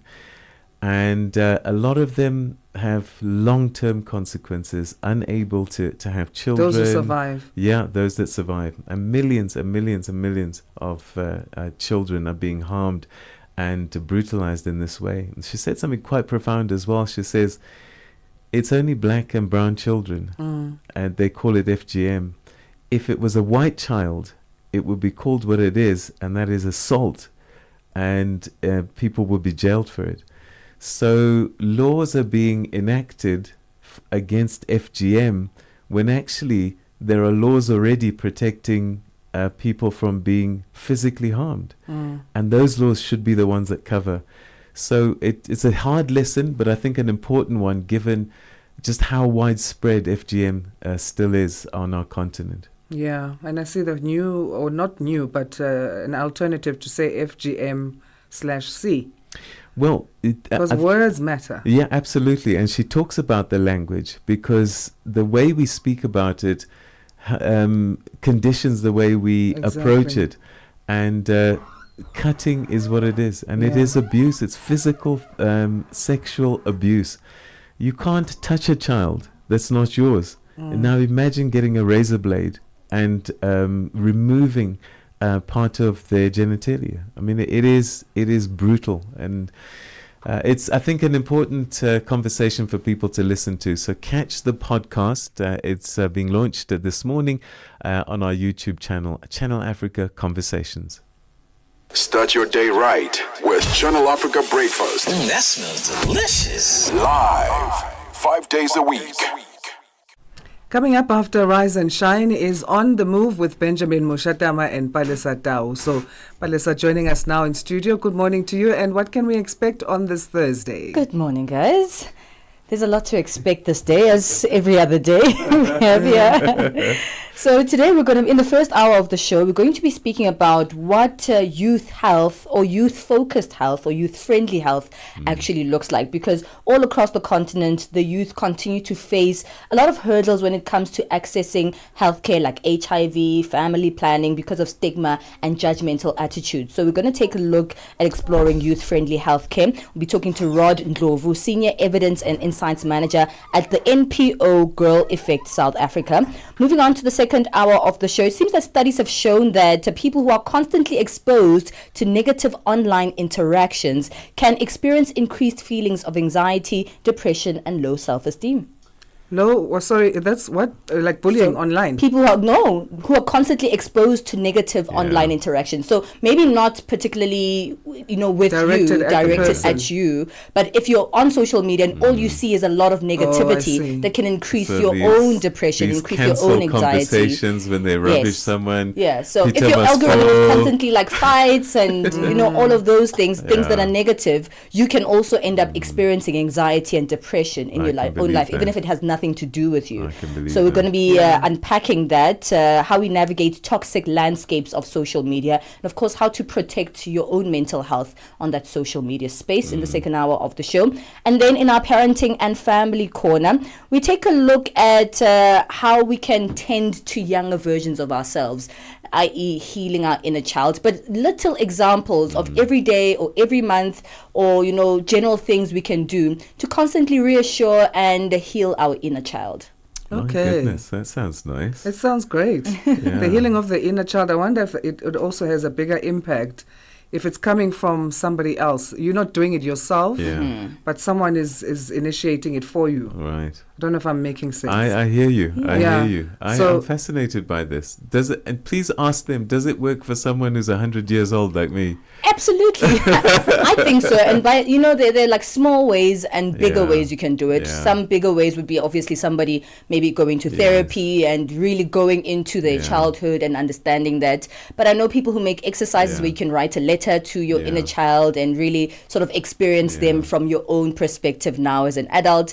Even, have you gone somewhere like a park or something, and if you go there with your children and they start like bouncing on the trampoline and you're like, you know what, let me also go and bounce. That's also part of healing your inner child. Eating cake if it's not a birthday could heal your inner child. Maybe that's one of those things that you never really got a chance to do, and you're like, you know what, it's okay, I'm going to have dessert for dinner because I can. People who never used to celebrate their birthdays as children. Hey, imagine your birthday and you don't really do anything for it. I have a feeling that there's something there, because if you go back to a memory as a child and you deal with it, something happens instantaneously to your present. Yes. Because your spirit doesn't know time. Exactly. And so I think there's something there we should be listening to straight after the news. Thank you so much, Vanessa. So please stay tuned to Channel Africa for that one. And we'll be back tomorrow, 6 till 9. So thank you so much for listening to Rise and Shine.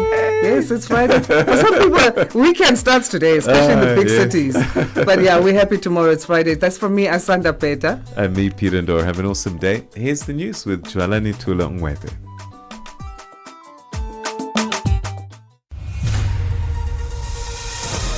SABC News. The African Perspective. Thank you, Peter. Top story is Asanda, South African political activist, weighs in on Afrikaner's move to the US, and Argentina tightens its